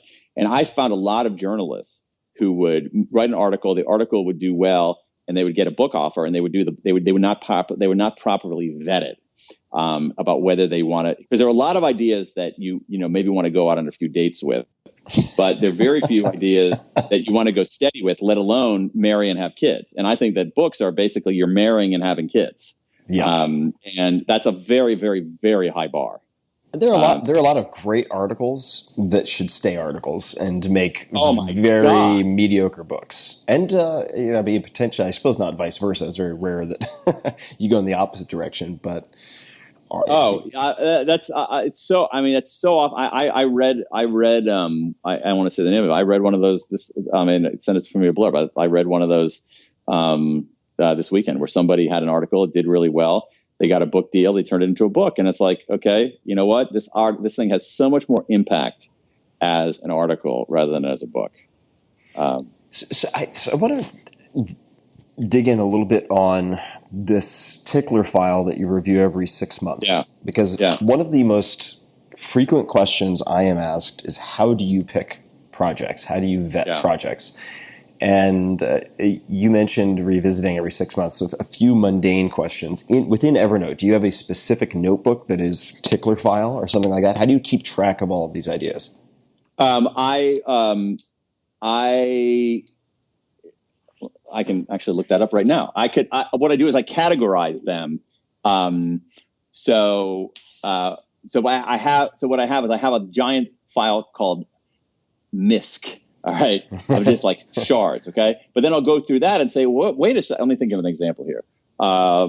Wait a second. I'm collecting a lot of articles about. Here's a book I'm not going to like. It could be interesting. At one point, it's like, God, somebody should write a book about courage. All right, like what about courage? What do we know about courage? All right, I'm not going to do that. If one of your listeners wants to go out and do it, God bless you. I think it could be really interesting. So I could go into the MISC file and say, ooh, the MISC notebook, I guess it's called, is what do we know about courage? And I'll go into the MISC notebook and I say, wow, I got a lot of articles about courage. That's gonna birth a separate notebook on courage, and then I organize it that way. Right. So I'll have notebooks of MISC, and I'll have notebooks of particular ideas that I have that end up being fuller because it's like, oh, this one has stuck around for a little bit longer than others. And you mentioned during these reviews, you might say, oh, here's a cool idea for this, a cool idea for that. Oh, this could be really interesting. That could be really interesting. I would imagine even after the second glance and noticing that some of these ideas are coyote ugly, and you're like, holy shit, how did I think that was a good idea? Even after removing the flies in the soup, you still have you could drown under the weight of these kind of cool ideas. Right? You have many things that could be interesting. How do you then, what are the parameters or thought processes, questions, anything that help you to get down to the three finalists? Okay. So what do we, it would be, it's really like, what would I want to spend a couple of years on? And so if I really sort of like maybe courage would be an example of that. It's like, I'm sort of interested in that. But it'd be like, I would rather read a good book about courage than write a book about courage. I'm serious. Like that. Sure. Like, that you know what I mean? Totally. And it's like, and so when you go face to face with that and you start saying, do I really want to do this? Then I think your soul at some level tells you, hey, you're into this. You're not so into that. And so that, I think that's the initial cut. But it's also the one reason why so to get to the three finalists is actually really kind of intuitive in a way. And there's no magic number to three. It could be four, and so, but this is one reason why I will write book proposals, because it just forces me to reckon with the idea and actually like make it real. And there's this principle that I learned in college. I had a writing course in college. And I actually ended up giving a commencement speech around this idea. I'll spare you that for now. But the idea was following. It was a revelation to me when I was 21 years old. So I had this. So it was this essay writing course, sort of higher level essay writing course. And I had a draft of an essay or something like that. I went into the professor. His name is Charlie Yarnoff. I went to Northwestern. He still teaches at Northwestern. And so Charlie gave me some feedback, and I was like all insistent. Okay, I can fix this. I can move this part over here. Maybe I do another piece over here. Maybe I knew another piece over here. And he's like, no, Dan, that's not your problem here. The problem is that you don't know what you think. That's why this essay sucks. This draft of the essay. You don't know what you think. He didn't say sucks, but that's why this essay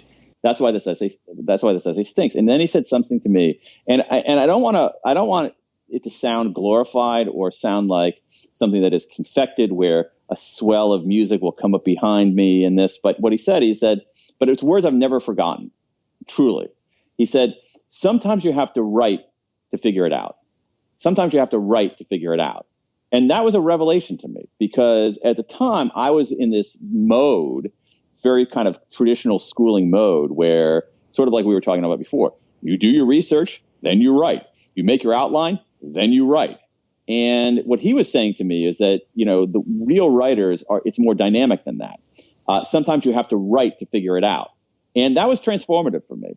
And so that sort of gave me permission to say, oh, I don't know it. Like, I can change my mind in midway writing something. I can start writing without knowing fully exactly what it is I'm going to say. And to me, that's why I write book proposals, is that I write to figure it out. And a lot of times what I figure out is, this is not a book, or this is not a book I want to write. So I had this one moment, not a few years ago, where a while ago now, actually 10 years ago, even more, where I sent, it was like winter, like second half of December. And I said to my wife and I said, hey, why don't you just take our kids, 3 kids, just go see your parents, just go for a week, right? Or 2 weeks or something like that, go and like, I got to get a book proposal done. I'm distracted. It's like, when my family leaves, it's like I live like an animal, I mean, I eat it's out, like a raccoon that got into the house. No, truly. I mean, it is raccoon-like in that I literally eat out of containers, So like my family leaves, I eat out of containers, don't shave, and basically work around the clock except for a few ESPN breaks. That's basically what I do when my family is gone. And so I will, I said, I'm going to write a proposal for this next book. And after about 7 or 8 days, I called Jessica at her parents' house. And I said, hey, I got some good news and some bad news. The good news is that you can come home now. The bad news is that I realized this is not a book. But it was only writing to figure out that allowed me to do that. So I actually wrote, basically 1.5 proposals before writing the when proposal. Because I had a couple ideas, and I said, okay, this is sort of interesting, but let me write to figure it out. And what I realized in 2 very important things. One, it's not a book. Maybe it's an article, or 2, it's not a book that I want to write. There are a few things, raccoon behavior aside, that I want to follow up on. The first is just to highlight something for people listening, and that is how liberating it is to think about writing as something you do not when you have your ideas ready, but something you do to figure out your ideas. Absolutely. Because when did you learn that? It's been, I would say, reiterated. It's something that is easy to forget, particularly if you have, or something that you will willfully forget if you have a perfectionist streak and a penchant for procrastination. So if you want to wait until all your ducks are in a row so you can go to the debutante ball pristine and blow everybody's socks off, it's easy to forget this. But the sounds like the cat came back the very next day. I don't know if you know the song, but Kevin Kelley, just to incant his name again. Yes, indeed. He emphasized this to me. He's such a prolific writer and emphasized this to me a number of years ago. and I want to say it goes back probably to McPhee, who is also, much like you, obsessed with structure. And if there's a book, I think it's called Draft Number 4, about just came out. It has some really fascinating explorations of this for those people who really want to get into the weeds. He'll also do it graphically. He'll draw out diagrams of what the structure looks like, which appeals to me. But trying to stay on track here, I would say Kevin is the most, well, you are the most recent person, but a number of years ago, Kevin emphasized that to me, and probably before that, McPhee. So it's really liberating, number one, to embrace that, even if you're not fully convinced it's the case. And I also want to give a little bit of context for people who may not be familiar with book proposals. So book proposals in the world of nonfiction books, well, I suppose I should take a further step back and say, in the world of nonfiction, so if novels and fiction are totally different. In many cases, you need to finish that puppy before anyone will tell you if your baby is ugly or not, which is has to be terrifying. It must be. In nonfiction, you create a book proposal before you write your book. And the book proposal, and feel free to interject at any point, but the book proposal is in effect a business plan and an overview / executive summary for your book. And there's a lot you find with the best book proposals and the best startup pitches, which take the form of a deck, say a PowerPoint or something like that, very often, they're exceptionally similar. The ingredients that make a good startup pitch and the ingredients that make a good book proposal are very similar. But that is, and I'd love to actually know what the structure of your book proposals look like. I mean, I know what ingredients I would potentially include in a book proposal. What does the table of contents look like for one of your book proposals? Yeah, I'd have to go back and look. I think they vary a little bit, but they probably have some core design elements. One of them is, and it's questions that I want to ask myself, which is, what is this book? What's it about? Okay, pretty simple question. Why? And this is, I think, the more important question is, why does it fill a need that hasn't been filled yet? Which is basically very similar. I use the same business plan analogy that you do on book proposals, but it's sort of like a business. Like why is it providing why is it filling a need that hasn't otherwise been met? Like basically, if you draw a map of the marketplace, what part of the marketplace of ideas does this cover that hasn't been covered? All right, is it this? So it's and I don't even mean it in. I sometimes will use the high concept. I sometimes will use the high concept pitch of it's X meets Y, which I actually think is actually a very useful heuristic in figuring out ideas. So, for instance, I pitched A Whole New Mind as Future Shock meets 7 Habits of Highly Effective People, which I thought was a pretty good pitch. And so, very common in pitching films, also. Just to highlight, it's really useful. It's a heuristic, and basically, to me, it says if you think about a map of the territory, if you think about a map of ideas out there, why is no one over here on this part of the map? All right, or show me where on the map your idea is. All right, and let's make sure that someone hasn't gotten there first, and then tell me why someone hasn't gotten there first. What are they missing? And so, in the case of when, for instance, I say, well, the reason they're missing is timing is an art. But it's actually a science. Oh, okay, got it. That's why no one is there. And so I'll talk about what's it about, where does it fit into the marketplace of ideas, why is it original, and this is also really important. Who is it for? All right, and the big mistake that everybody writing a book, and if there's one takeaway from this conversation for prospective writers out there, it's this. The mistake that writers make, and I think business people make too in their pitches, is when they say, who's it for? Who's the audience? Who's the customer? They always want to say everybody. And it's not. It's never everybody. All right. And what I try to do is I have included a section of who is not going to buy that book. Like I will have you have a section on who isn't the customer. Right. Who is not going to buy this book? Because I think that that's the only way to think carefully about because books are not a mass medium, and even media products in general are no longer mass media. They're no longer mass. And it's like, who is, and so I'll have bullets in there saying, who is not going to buy this book? And that helps to find the audience too. And also I try to, and that's all that, that's really all that it is. But if you know what the book is about, where it fits into the marketplace of ideas, why it's different from anything else that came before it, and why, and who it's for, I think those components are really essential. But that fourth component is, and I say this to writers too, writers too, tell me who the book is not for. Tell me who's not going to buy this book. And people have a hard time saying, oh, everybody will buy this book. Somebody pitched to me an idea. Somebody came to me once with an idea of a book about, somebody was asking me advice on it. It was a book about, I think the book might've gotten published. I don't want to reveal the name. It was a book about the history of yoga in America. All right. The history, or maybe the history of yoga. Yeah, I think it was the history of yoga.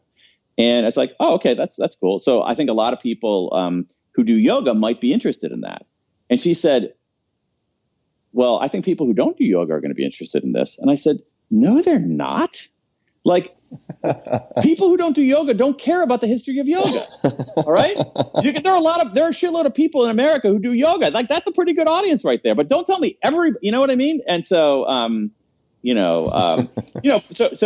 so for me, it's like, like my book, it's like, okay, I know that this book about the science of timing, I know that certain people in my neighborhood in Northwest Washington, D.C., who are of a certain age and read only literary fiction and 700-page biographies of founding fathers, they're not going to read this book. They're not going to read. They might be my neighbors. They're not going to read one of my books. And so I think that's really, really important about who is the book not for.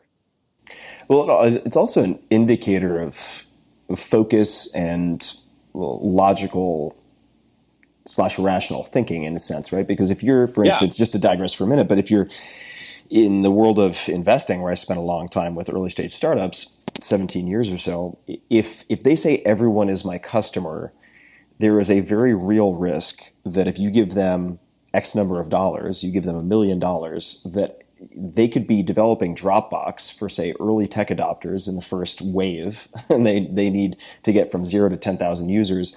And if there is a 80% off deal for something like shopping mall circulars or something, that they would jump on that and piss away all their money.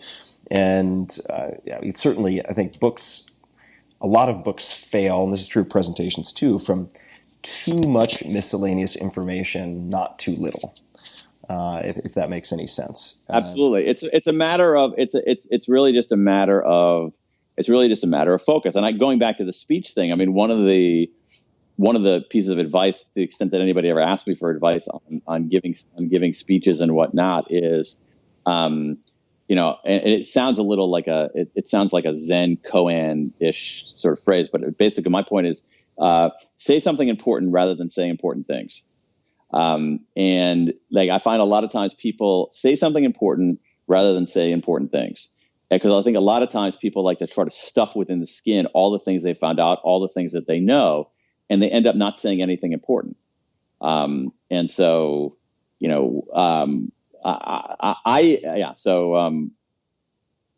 so that's the reason for doing that. So anyway, you get the idea. Yeah, no, it is. And there are so many comparable examples. If for instance, you look for this vetting of ideas by putting together a short synopsis of some type. And there's one example, for instance, and I believe this is true. I've certainly heard it and read about it a few times, and I know a fair number of people who work at Amazon, but they'd have to confirm. But I think Ian McAllister, who used to at least be a general manager at Amazon, talked about this as working backwards. And for new initiatives, the product manager who would be in charge of developing, say, a new product has to write an internal press release which announces the finished product, right? So that and that has to focus on effectively exactly what what you said, and I'm quoting here from a Medium piece, but quote, centered around the customer problem, how current solutions, internal or external, fail, and how the new product will blow away existing solutions. Right? And it's the same thing. It's the same thing. If you can't write that press release, like how on earth are you going to navigate the decision tree of getting to a product that finds its feet? I mean, it could be very difficult. Not to say you don't iterate, but it's a good filter through which you can at least catch the detritus that shouldn't make it to step 2. Oh man, I have to say, I am your hallelujah chorus on that press release technique. I've literally done that. Working. I think it's helpful for like nonprofit groups that I'm involved in. So a nonprofit group wants to do a big project, but they're all over the place. They don't know exactly what they want to do. And I literally did this. I said, I'll tell you what. Here's what I think the project is. Let me write a press release from 2 years from now, and they'll send it around. And it ended up being I got the idea from Amazon too. It ended up being it ended up being this thing that was really, really focused. So the blah blah blah group announced today that it was doing blah blah blah blah blah blah blah, and it's like, you know, and then it even had quotes and things in it, and it ended up being this focal point for the whole organization on what are we actually trying to accomplish here. So I second that emotion there, big time. And just to return to another thing that you said, which I'll paraphrase here as if everyone's your customer, no one's your customer. Yeah. Another filter or question that I use or have used, I'm not really in the startup game anymore, but have used a lot with startups because they'll ask me to review, say, a landing page and look at copy and messaging and so on. And before I will review it, because if with no further information, I have to review it based on my pair of eyes and my perspective and my particular problems. I can try to empathize and put myself in other people's shoes, but I have to know whose shoes to put myself in. And so I'll ask them, if you could only have 1,000 people sign up for this, who would they be and why? Like, describe for me, and this isn't a politically correct exercise, like what is like gender, race, if that matters, maybe it doesn't. Like, where do they live? What magazines or websites do they read? What is their household income? Like, really get granular about what these people have in common, right? Like, do you want all the readers of People magazine? Yeah. Do you want the 2,000 people who attend TED? Do you want something in between? Like, really describe that for me. And only once that's been done can I actually give feedback on modifying any of the features or copy or messaging on a particular page. So it's these principles really transfer to a lot of different areas. Well, let me ask just a handful of additional questions, and then maybe we can do a round 2 sometime. But we've been talking a lot about the decisions you've made, the routines that you have, and although you're very self-effacing, I mean, someone could look at your bio and be very intimidated and assume that you step up to the plate and hit home runs more often than not. Could you tell us about maybe a specific, if you're open to it, difficult period that you've gone through, or a down period, challenging period, or failure? It could be any of those things. And what you did to get back on your feet, or the decisions you made that helped you then kind of get back on firm ground, if anything comes to mind. Sure. There are all kinds of things. So, I mean, I hate to keep going back to the law school days, but I did leave law school after my first year, and I hated it so much that I went to India instead, and I traveled around. I traveled around India, which was an incredible, life-changing experience because I was a young guy, you know, whatever old I was, like 25, 26 years old. And, you know, at the time, it was a while ago. So at the time, India was even cheaper, well, much, much cheaper than it was. So if you're like a 25-year-old dude traveling on your own with a tiny little bit of money in your pocket, you can make it go very, very, very, very far. And so, so at the time, I guess I felt like, because I didn't do very well in my initial foray into law school, I didn't really like it. I was pretty miserable. I felt I had made a terrible decision. And I, at some level, just tried to escape. And the way I got back into it was essentially saying, okay, if I'm going to do this, then I'm going to try to figure out what are the one or two things that I can find valuable in this experience, and just try to power my way through. And I guess that's all that I did to overcome that. But I felt pretty bad about how I didn't do very well. I didn't really like it. I felt I had made a ruinous decision about how my life was going to go. And when I sort of kind of woke up and matured a little bit, I said, okay, some people bad things actually happen to people. And I think going to India was actually helpful in that regard too, because okay, I'm not living in a tar paper shack with filthy water. All right. I'm not self-actualizing fast enough for a 25-year-old middle-class person. That's not a real problem. And so I think that sort of putting the problems in perspective and just trying to find some goodness in what you're doing next. And also I just really deriving specific lessons from these kinds of failures. And I think that's another part that's really important to me, is that rather than simply allow sort of this hazy notion of what you learn, I'm a big believer in writing things down. I'll give you a better example of that. And this is, I don't want to call this a major failure because it's not that significant. But so I did a TV show for National Geographic, and I worked with a TV series, and I worked with some really great people, and we put on a really freaking great show, and it didn't get picked up for a second season, and so it was disappointing, but it's not like a massive failure. It's not like anything real in life. But at that time, what I did is I said, I basically created a file and said, okay, here's what I learned from this. Here are the things that I learned from this experience. One, I like working with really talented people. People who help me perform better. Two, I don't like to be involved in projects that I don't have full creative control over. Three, working with people in traditional television can be very perilous because they're subject to all kinds of pressures that are out of their control. And so you have this experience where things didn't go the way you wanted to, but if you actually literally write down the lessons, I think you can get something positive out of it. And was the writing down of these lessons more of a cathartic exercise, or would you go back and revisit that? You know what? I like for me, a lot of times what I will do is, for me, it's sometimes certain writing things down is simply the act of writing it down is enough to solidify it. So I'll do the kind of thing where before a talk or something like that, I will write an outline, basically I'll know what I want to do, and then I'll take notes and write an outline of the speech and the points I want to hit. And then I literally will not look at it. I sometimes won't even bring it up with me. I'll forget to bring it up with me, because the act of actually memorializing it is really what gives it its oomph. This is but what I don't want, what I'm trying to say in a somewhat ham-handed way is that when you want to you don't want those kinds of lessons to be hazy too much. You want to actually what specific thing did I actually derive from this?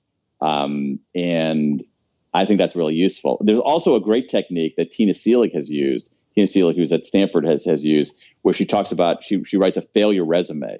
So she has a resume of all of her failures, and then with each one, what she learned from it. When would she use something like that? I mean, she keeps it for herself, but she would use it. Oh, I see. It's an ongoing working document, just like a regular resume. Yeah.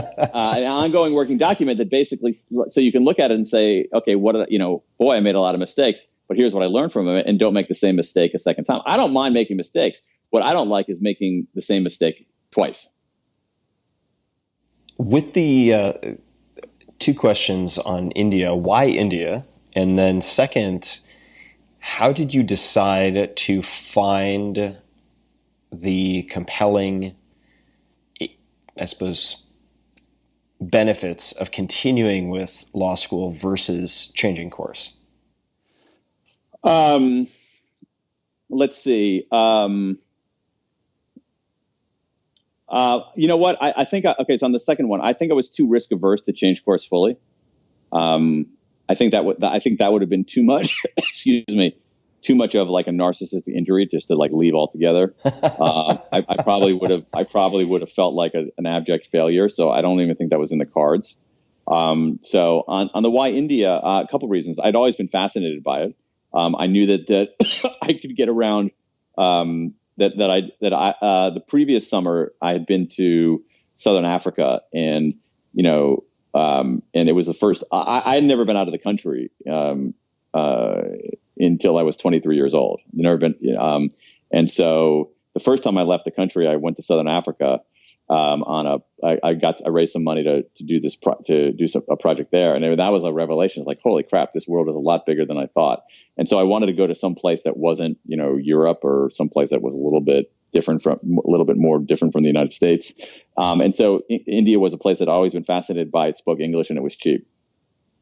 That's a compelling combination for someone leaving law school for a period of time. Well, when you're 25 years old or however old I was, and you have like a little money in your pocket, but you could go so far on so little money.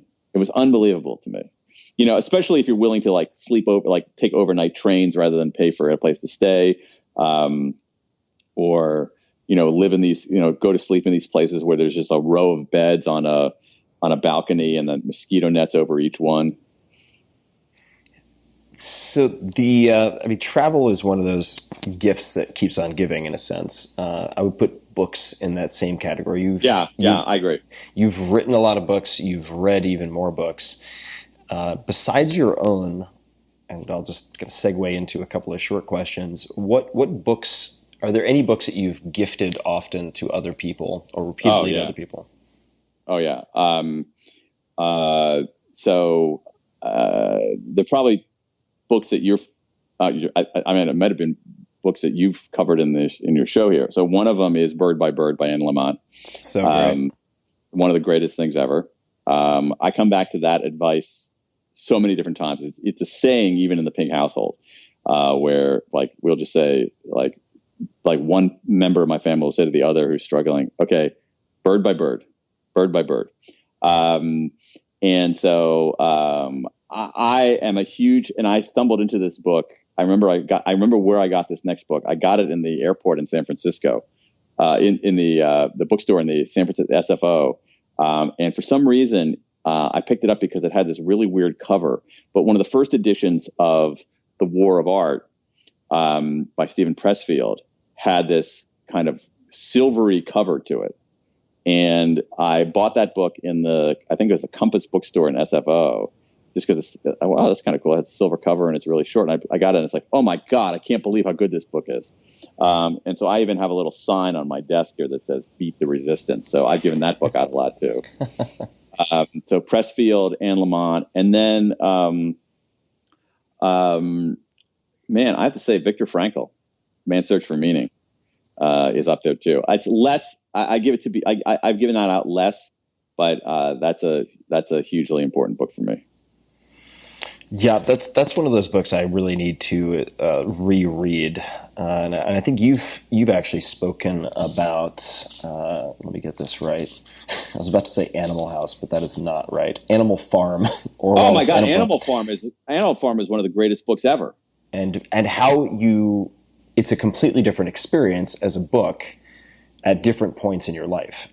Absolutely right. And the last time I read Man's Search for Meaning was probably, I would say, 7 to 10 years ago. And a lot has changed in my life in that period of time. I think that is worthy of a reread. And it sounds like you've reread each of these books, also Bird by Bird, The War of Art, Man's Search for Meaning, yourself. You've read these more than once. Yeah, I have. I've read them more than once, yeah.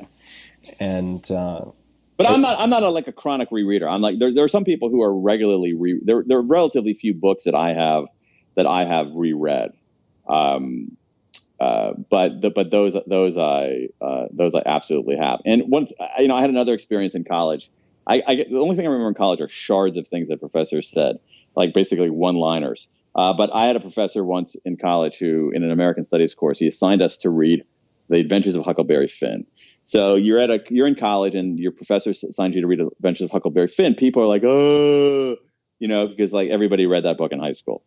And he said something. He said the following words. He says, "I know you've read that book, but you haven't read that book," meaning the person you are today. And that ends up being true. So when I read Animal Farm at different points in my life, and had a different view on it. I read Great Gatsby at different points in my life. I have seen the play Death of a Salesman perform, I don't know, probably 7 times. And each one feels a little bit different to me. I had a completely different view of Death of a Salesman once I became a father versus before I became a father. I can imagine. I had another view of Death of a Salesman before I knew about had read about psychopharmacology and mental illness, and after I did. And so, I think that experience, I think those kinds of experiences are really fascinating. Animal Farm, I was like, oh, this is really cool. It's about the Soviet Union and how power corrupts and blah, blah, blah, blah. And now I read the book. It's like, okay, this book is basically about organizational dysfunction. This book, who cares whether it's supposed to be about the Soviet Union? This book is about the Acme Widget Corporation and how screwed up human organizations are. Like this, I think that Animal Farm should be in every organizational behavior class in an MBA program. That's another one I need to reread. Not a long book either. I mean, I read that in no. 6th grade or something. I mean, completely you'll see it completely. You'll see it completely differently. That's a great book. I've read 1984 multiple times too. Also a very timely book. Let's read these days. I have on that front. I read The Handmaid's Tale for the first time. I was sort of 30 years late to it that I read, and I loved that book. I have a whole. I'm not joking around. And if you want validation, I'll send you a photograph of it. I basically have a stack of books right here that's basically dystopia books. That includes Philip Roth, the Plot Against America. An Octavia Butler book, Sinclair Lewis, It Can't Happen Here, another sci-fi book called Elliot Pepper called Cumulus, another one called Infomocracy by Malcolm Older.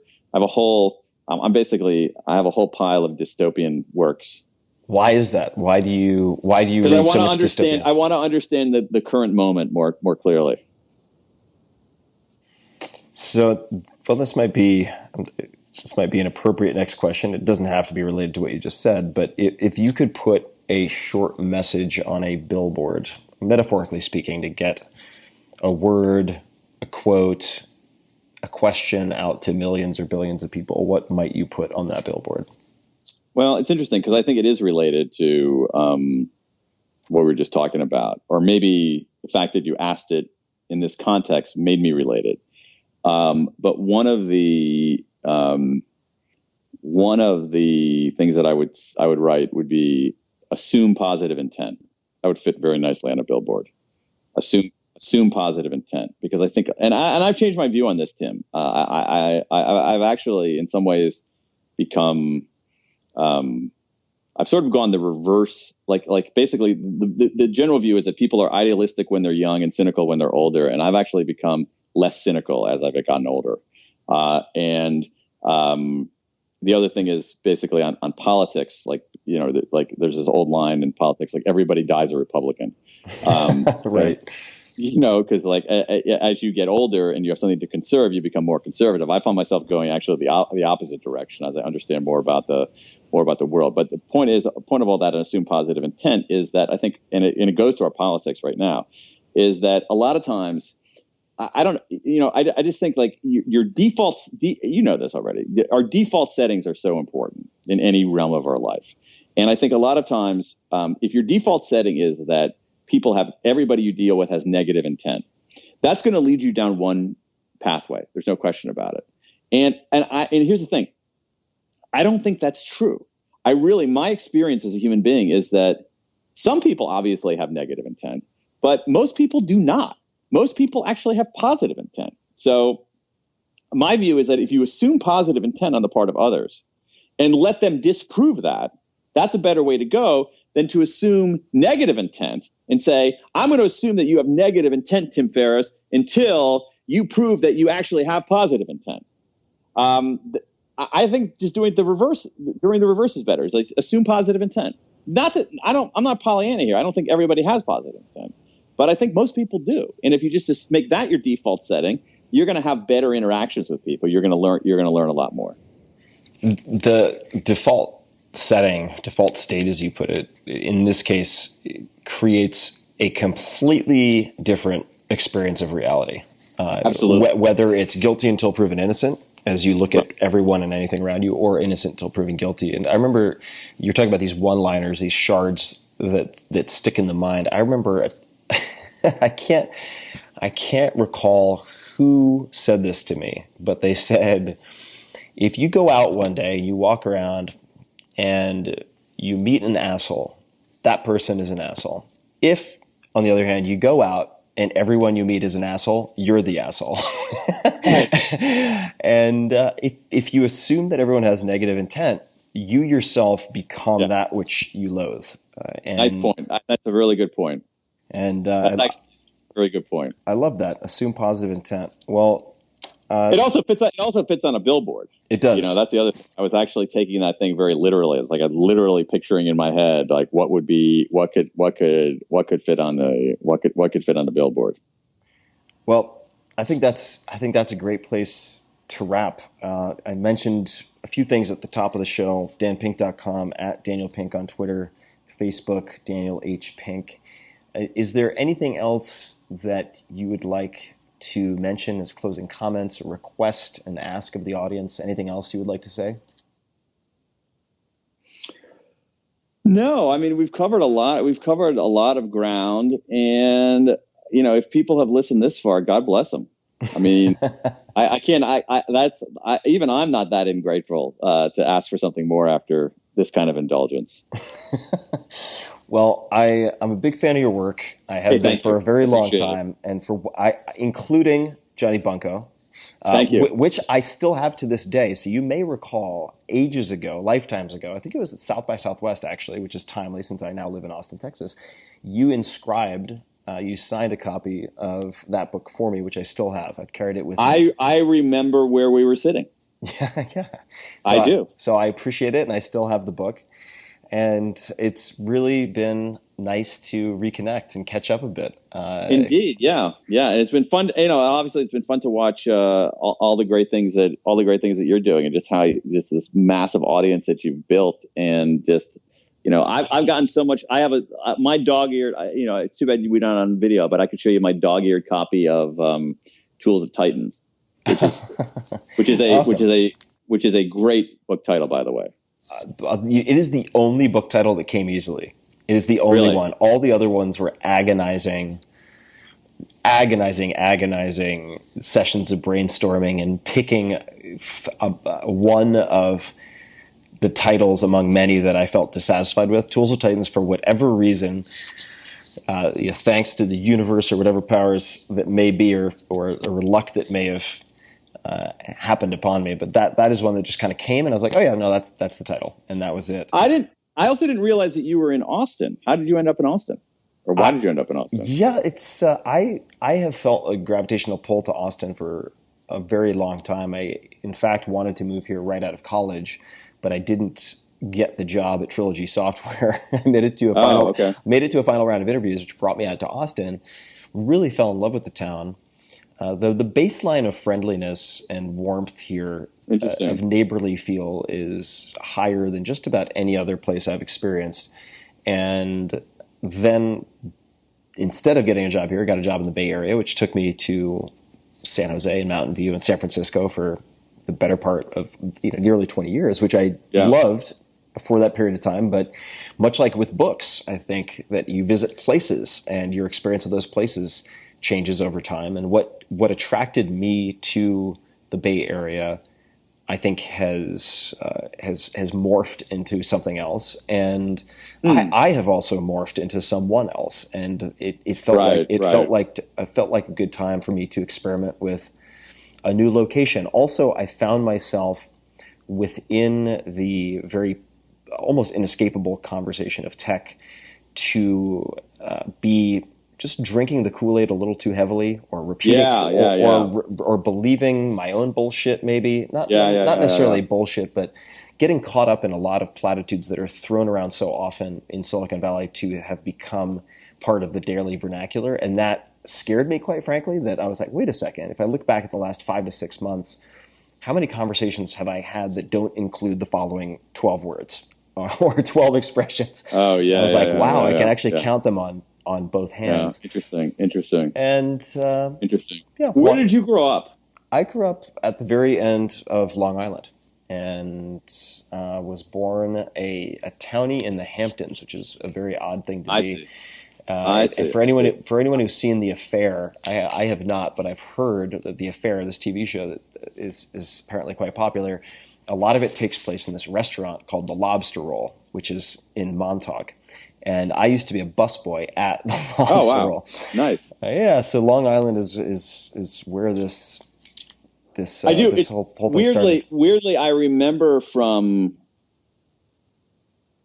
4 Hour Workweek, I think that you described yourself as a hellion. A little hellion. Good memory. Which is a great word. Yeah. It's just such a great word. Yeah. So I realized I didn't have any geographic sense of where you grew up. Yeah, That's interesting. I think the use of hellion is actually in the dedication to my parents and my mom. Yeah, I think that's right.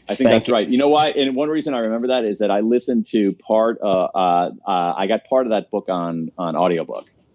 And I remember at the beginning, because you read that book, I'm almost certain. Yeah. It was Ray Porter, who has a voice that is easily Wait, you read that book? mistaken for my various mannerisms that I've developed now via podcasting.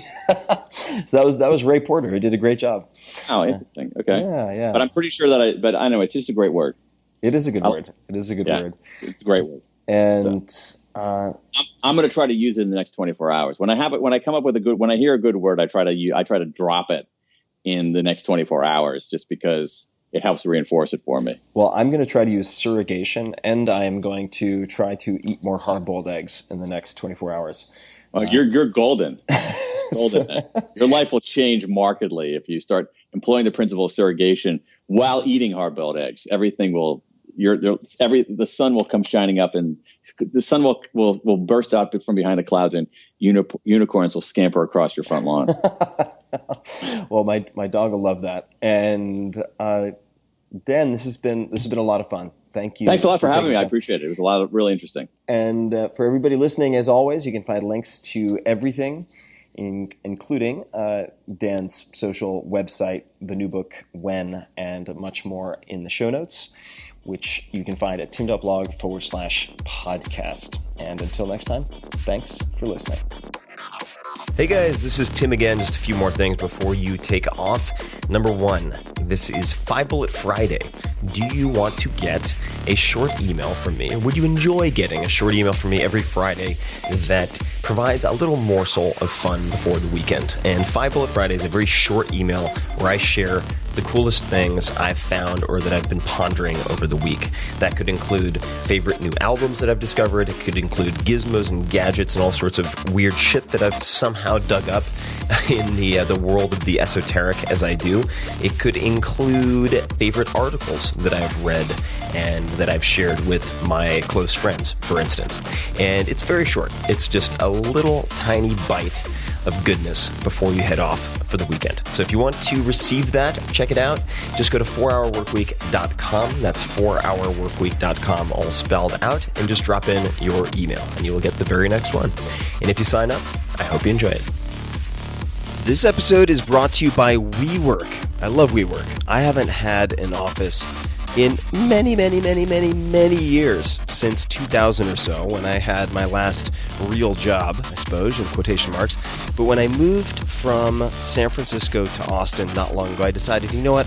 I'm tired of working at home. I'm tired of working in coffee shops. So one of the very first things I did was to get a space at WeWork. I could not be happier with this change in my life. WeWork is a global network of workspaces where companies and people grow together. The idea is really simple. You focus on your business, and WeWork takes care of all the rest, including front desk service, utilities, refreshments, and more. I also often have things shipped from Amazon and elsewhere to my office at WeWork. Here in Austin, I've been completely blown away by the members-only events, special offers, and perhaps the best cold brew coffee on tap that I've ever had. It's been amazing. It's been a real change in my life and improved my quality of life. And there are also dog-friendly WeWork locations all over the place. How fun is that? WeWork caters to everyone from entrepreneurs and freelancers to startups and even large enterprises, including GE, Salesforce, Microsoft, MasterCard, Samsung, Spotify, Pinterest, and Red Bull, among many others. In fact, more than 10% of Fortune 500 companies currently use WeWork, and it's a rapidly growing group. In other words, it's not just solopreneurs and ground-level startups that use WeWork, but everything from that to the big companies who are seeing very huge benefits as well. WeWork believes that creating spaces where people can connect and create meaning together, right? And after all, if you are someone who has built a business modeled on the principles of the 4-hour workweek or elsewhere, it can be a lonely road sometimes. Even though you're digitally connected, it can feel very isolating. So in these spaces, you can connect with real humans and all the while use space more efficiently and cost effectively, which makes you and your business better equipped to face the challenges of today and tomorrow. WeWork now has more than 200 locations, so you can find great spots all over the world. So head over to we.co/Tim. That's we.co, C-O. So we.co/Tim to become a part of the global WeWork community. At the very least, I encourage you to check out pictures of some of the locations around the world. There are some incredible spots. So check it out, we.co/Tim. This episode is brought to you by Four Sigmatic. You might remember Four Sigmatic for their mushroom coffee, which was created by those clever Finnish founders. And when I first mentioned that coffee on this podcast, the product sold out in less than a week. It lights you up like a Christmas tree, which can be really useful. However, recently I've been testing the opposite side of the spectrum, a new product. And that is their reishi mushroom elixir to help me end my day, to get to sleep. As you guys may know, longtime listeners at least, I struggled with insomnia for decades. I've largely fixed that, but still shutting off my monkey brain has never been easy, still isn't easy very often. And I found reishi, which I've been fascinated by for a few years now, has been very effective and calming. Their old formula, however, Four Sigmatic's old formula, included stevia, and I like to avoid sweeteners, all sweeteners, for a host of reasons. And I then just pinged them and asked, hey guys, I would love to experiment with this and maybe actually suggest it, but I'd like a version without sweeteners if you'd be open to it. If too much of a headache, don't worry. And they are always game for experimentation, and so they created a special custom version without the stevia, without sweeteners. Now it is part of my nightly routine. Their reishi elixir comes in single-serving packets, which are perfect for travel. And in fact, I'm about to leave the country right now, and I have a packet in front of me that's just going to sit in the end of my carry-on bag. You only need hot water, and it mixes very easily. Here's some recommended copy that they put in the read. So I'm going to read it, and I'll give you my take. Quote, a warning for those in the experimental mindset. Reishi is strong and bitter, in parentheses, like any great medicine, so if the bitterness is too much, I recommend trying it with honey and or nut milk, such as almond milk. End quote. So I'm going to say, no, you should suck it up and you should drink the tea because it's not that bitter. And maybe you should take the advice of old Chinese people when they're criticizing youngins when they say, 不能吃苦, which means you're not able to eat bitterness. Bitter is, in many cases, an indication of things that help liver detoxification and so on. Not saying that's the case here, but I've tested this reishi elixir on family members, on friends. Everybody has liked it. It's a little bit earthy. It's not that hard. So I would just say, suck it up and no, don't put in honey or nut milk or any of that shit. Just drink the goddamn tea. It's delicious, I think, right? If you like pu'er, that kind of stuff, that type of tea, you're going to dig it. So just try it. Okay, back to then my read. If you'd like to naturally improve your sleep, both onset and quality, I think naturally, you might just enjoy this reishi elixir without any sweeteners. It has organic reishi extract, organic field mint extract, organic rose hips extract, organic tulsi extract. And that's it. No fancy stuff, No artificial, whatchamacallit, anything. So check it out. Go to foursigmatic.com/Ferriss and get 20% off this special batch. I don't know if they're going to be making much more of this since it was made specifically for you guys. So do me a favor and try it out so that they continue to be open to experimenting with me to create products for you guys specifically. Check it out, foursigmatic. That's foursigmatic.com/Ferriss, Ferriss, and get 20% off the special batch. And you must use the code Ferriss to receive your discount, Ferriss. So again, go to foursigmatic.com/Ferriss and then use code Ferriss for 20% off of this rare, exclusive, limited run of reishi mushroom elixir for nighttime routines without any sweeteners. Enjoy.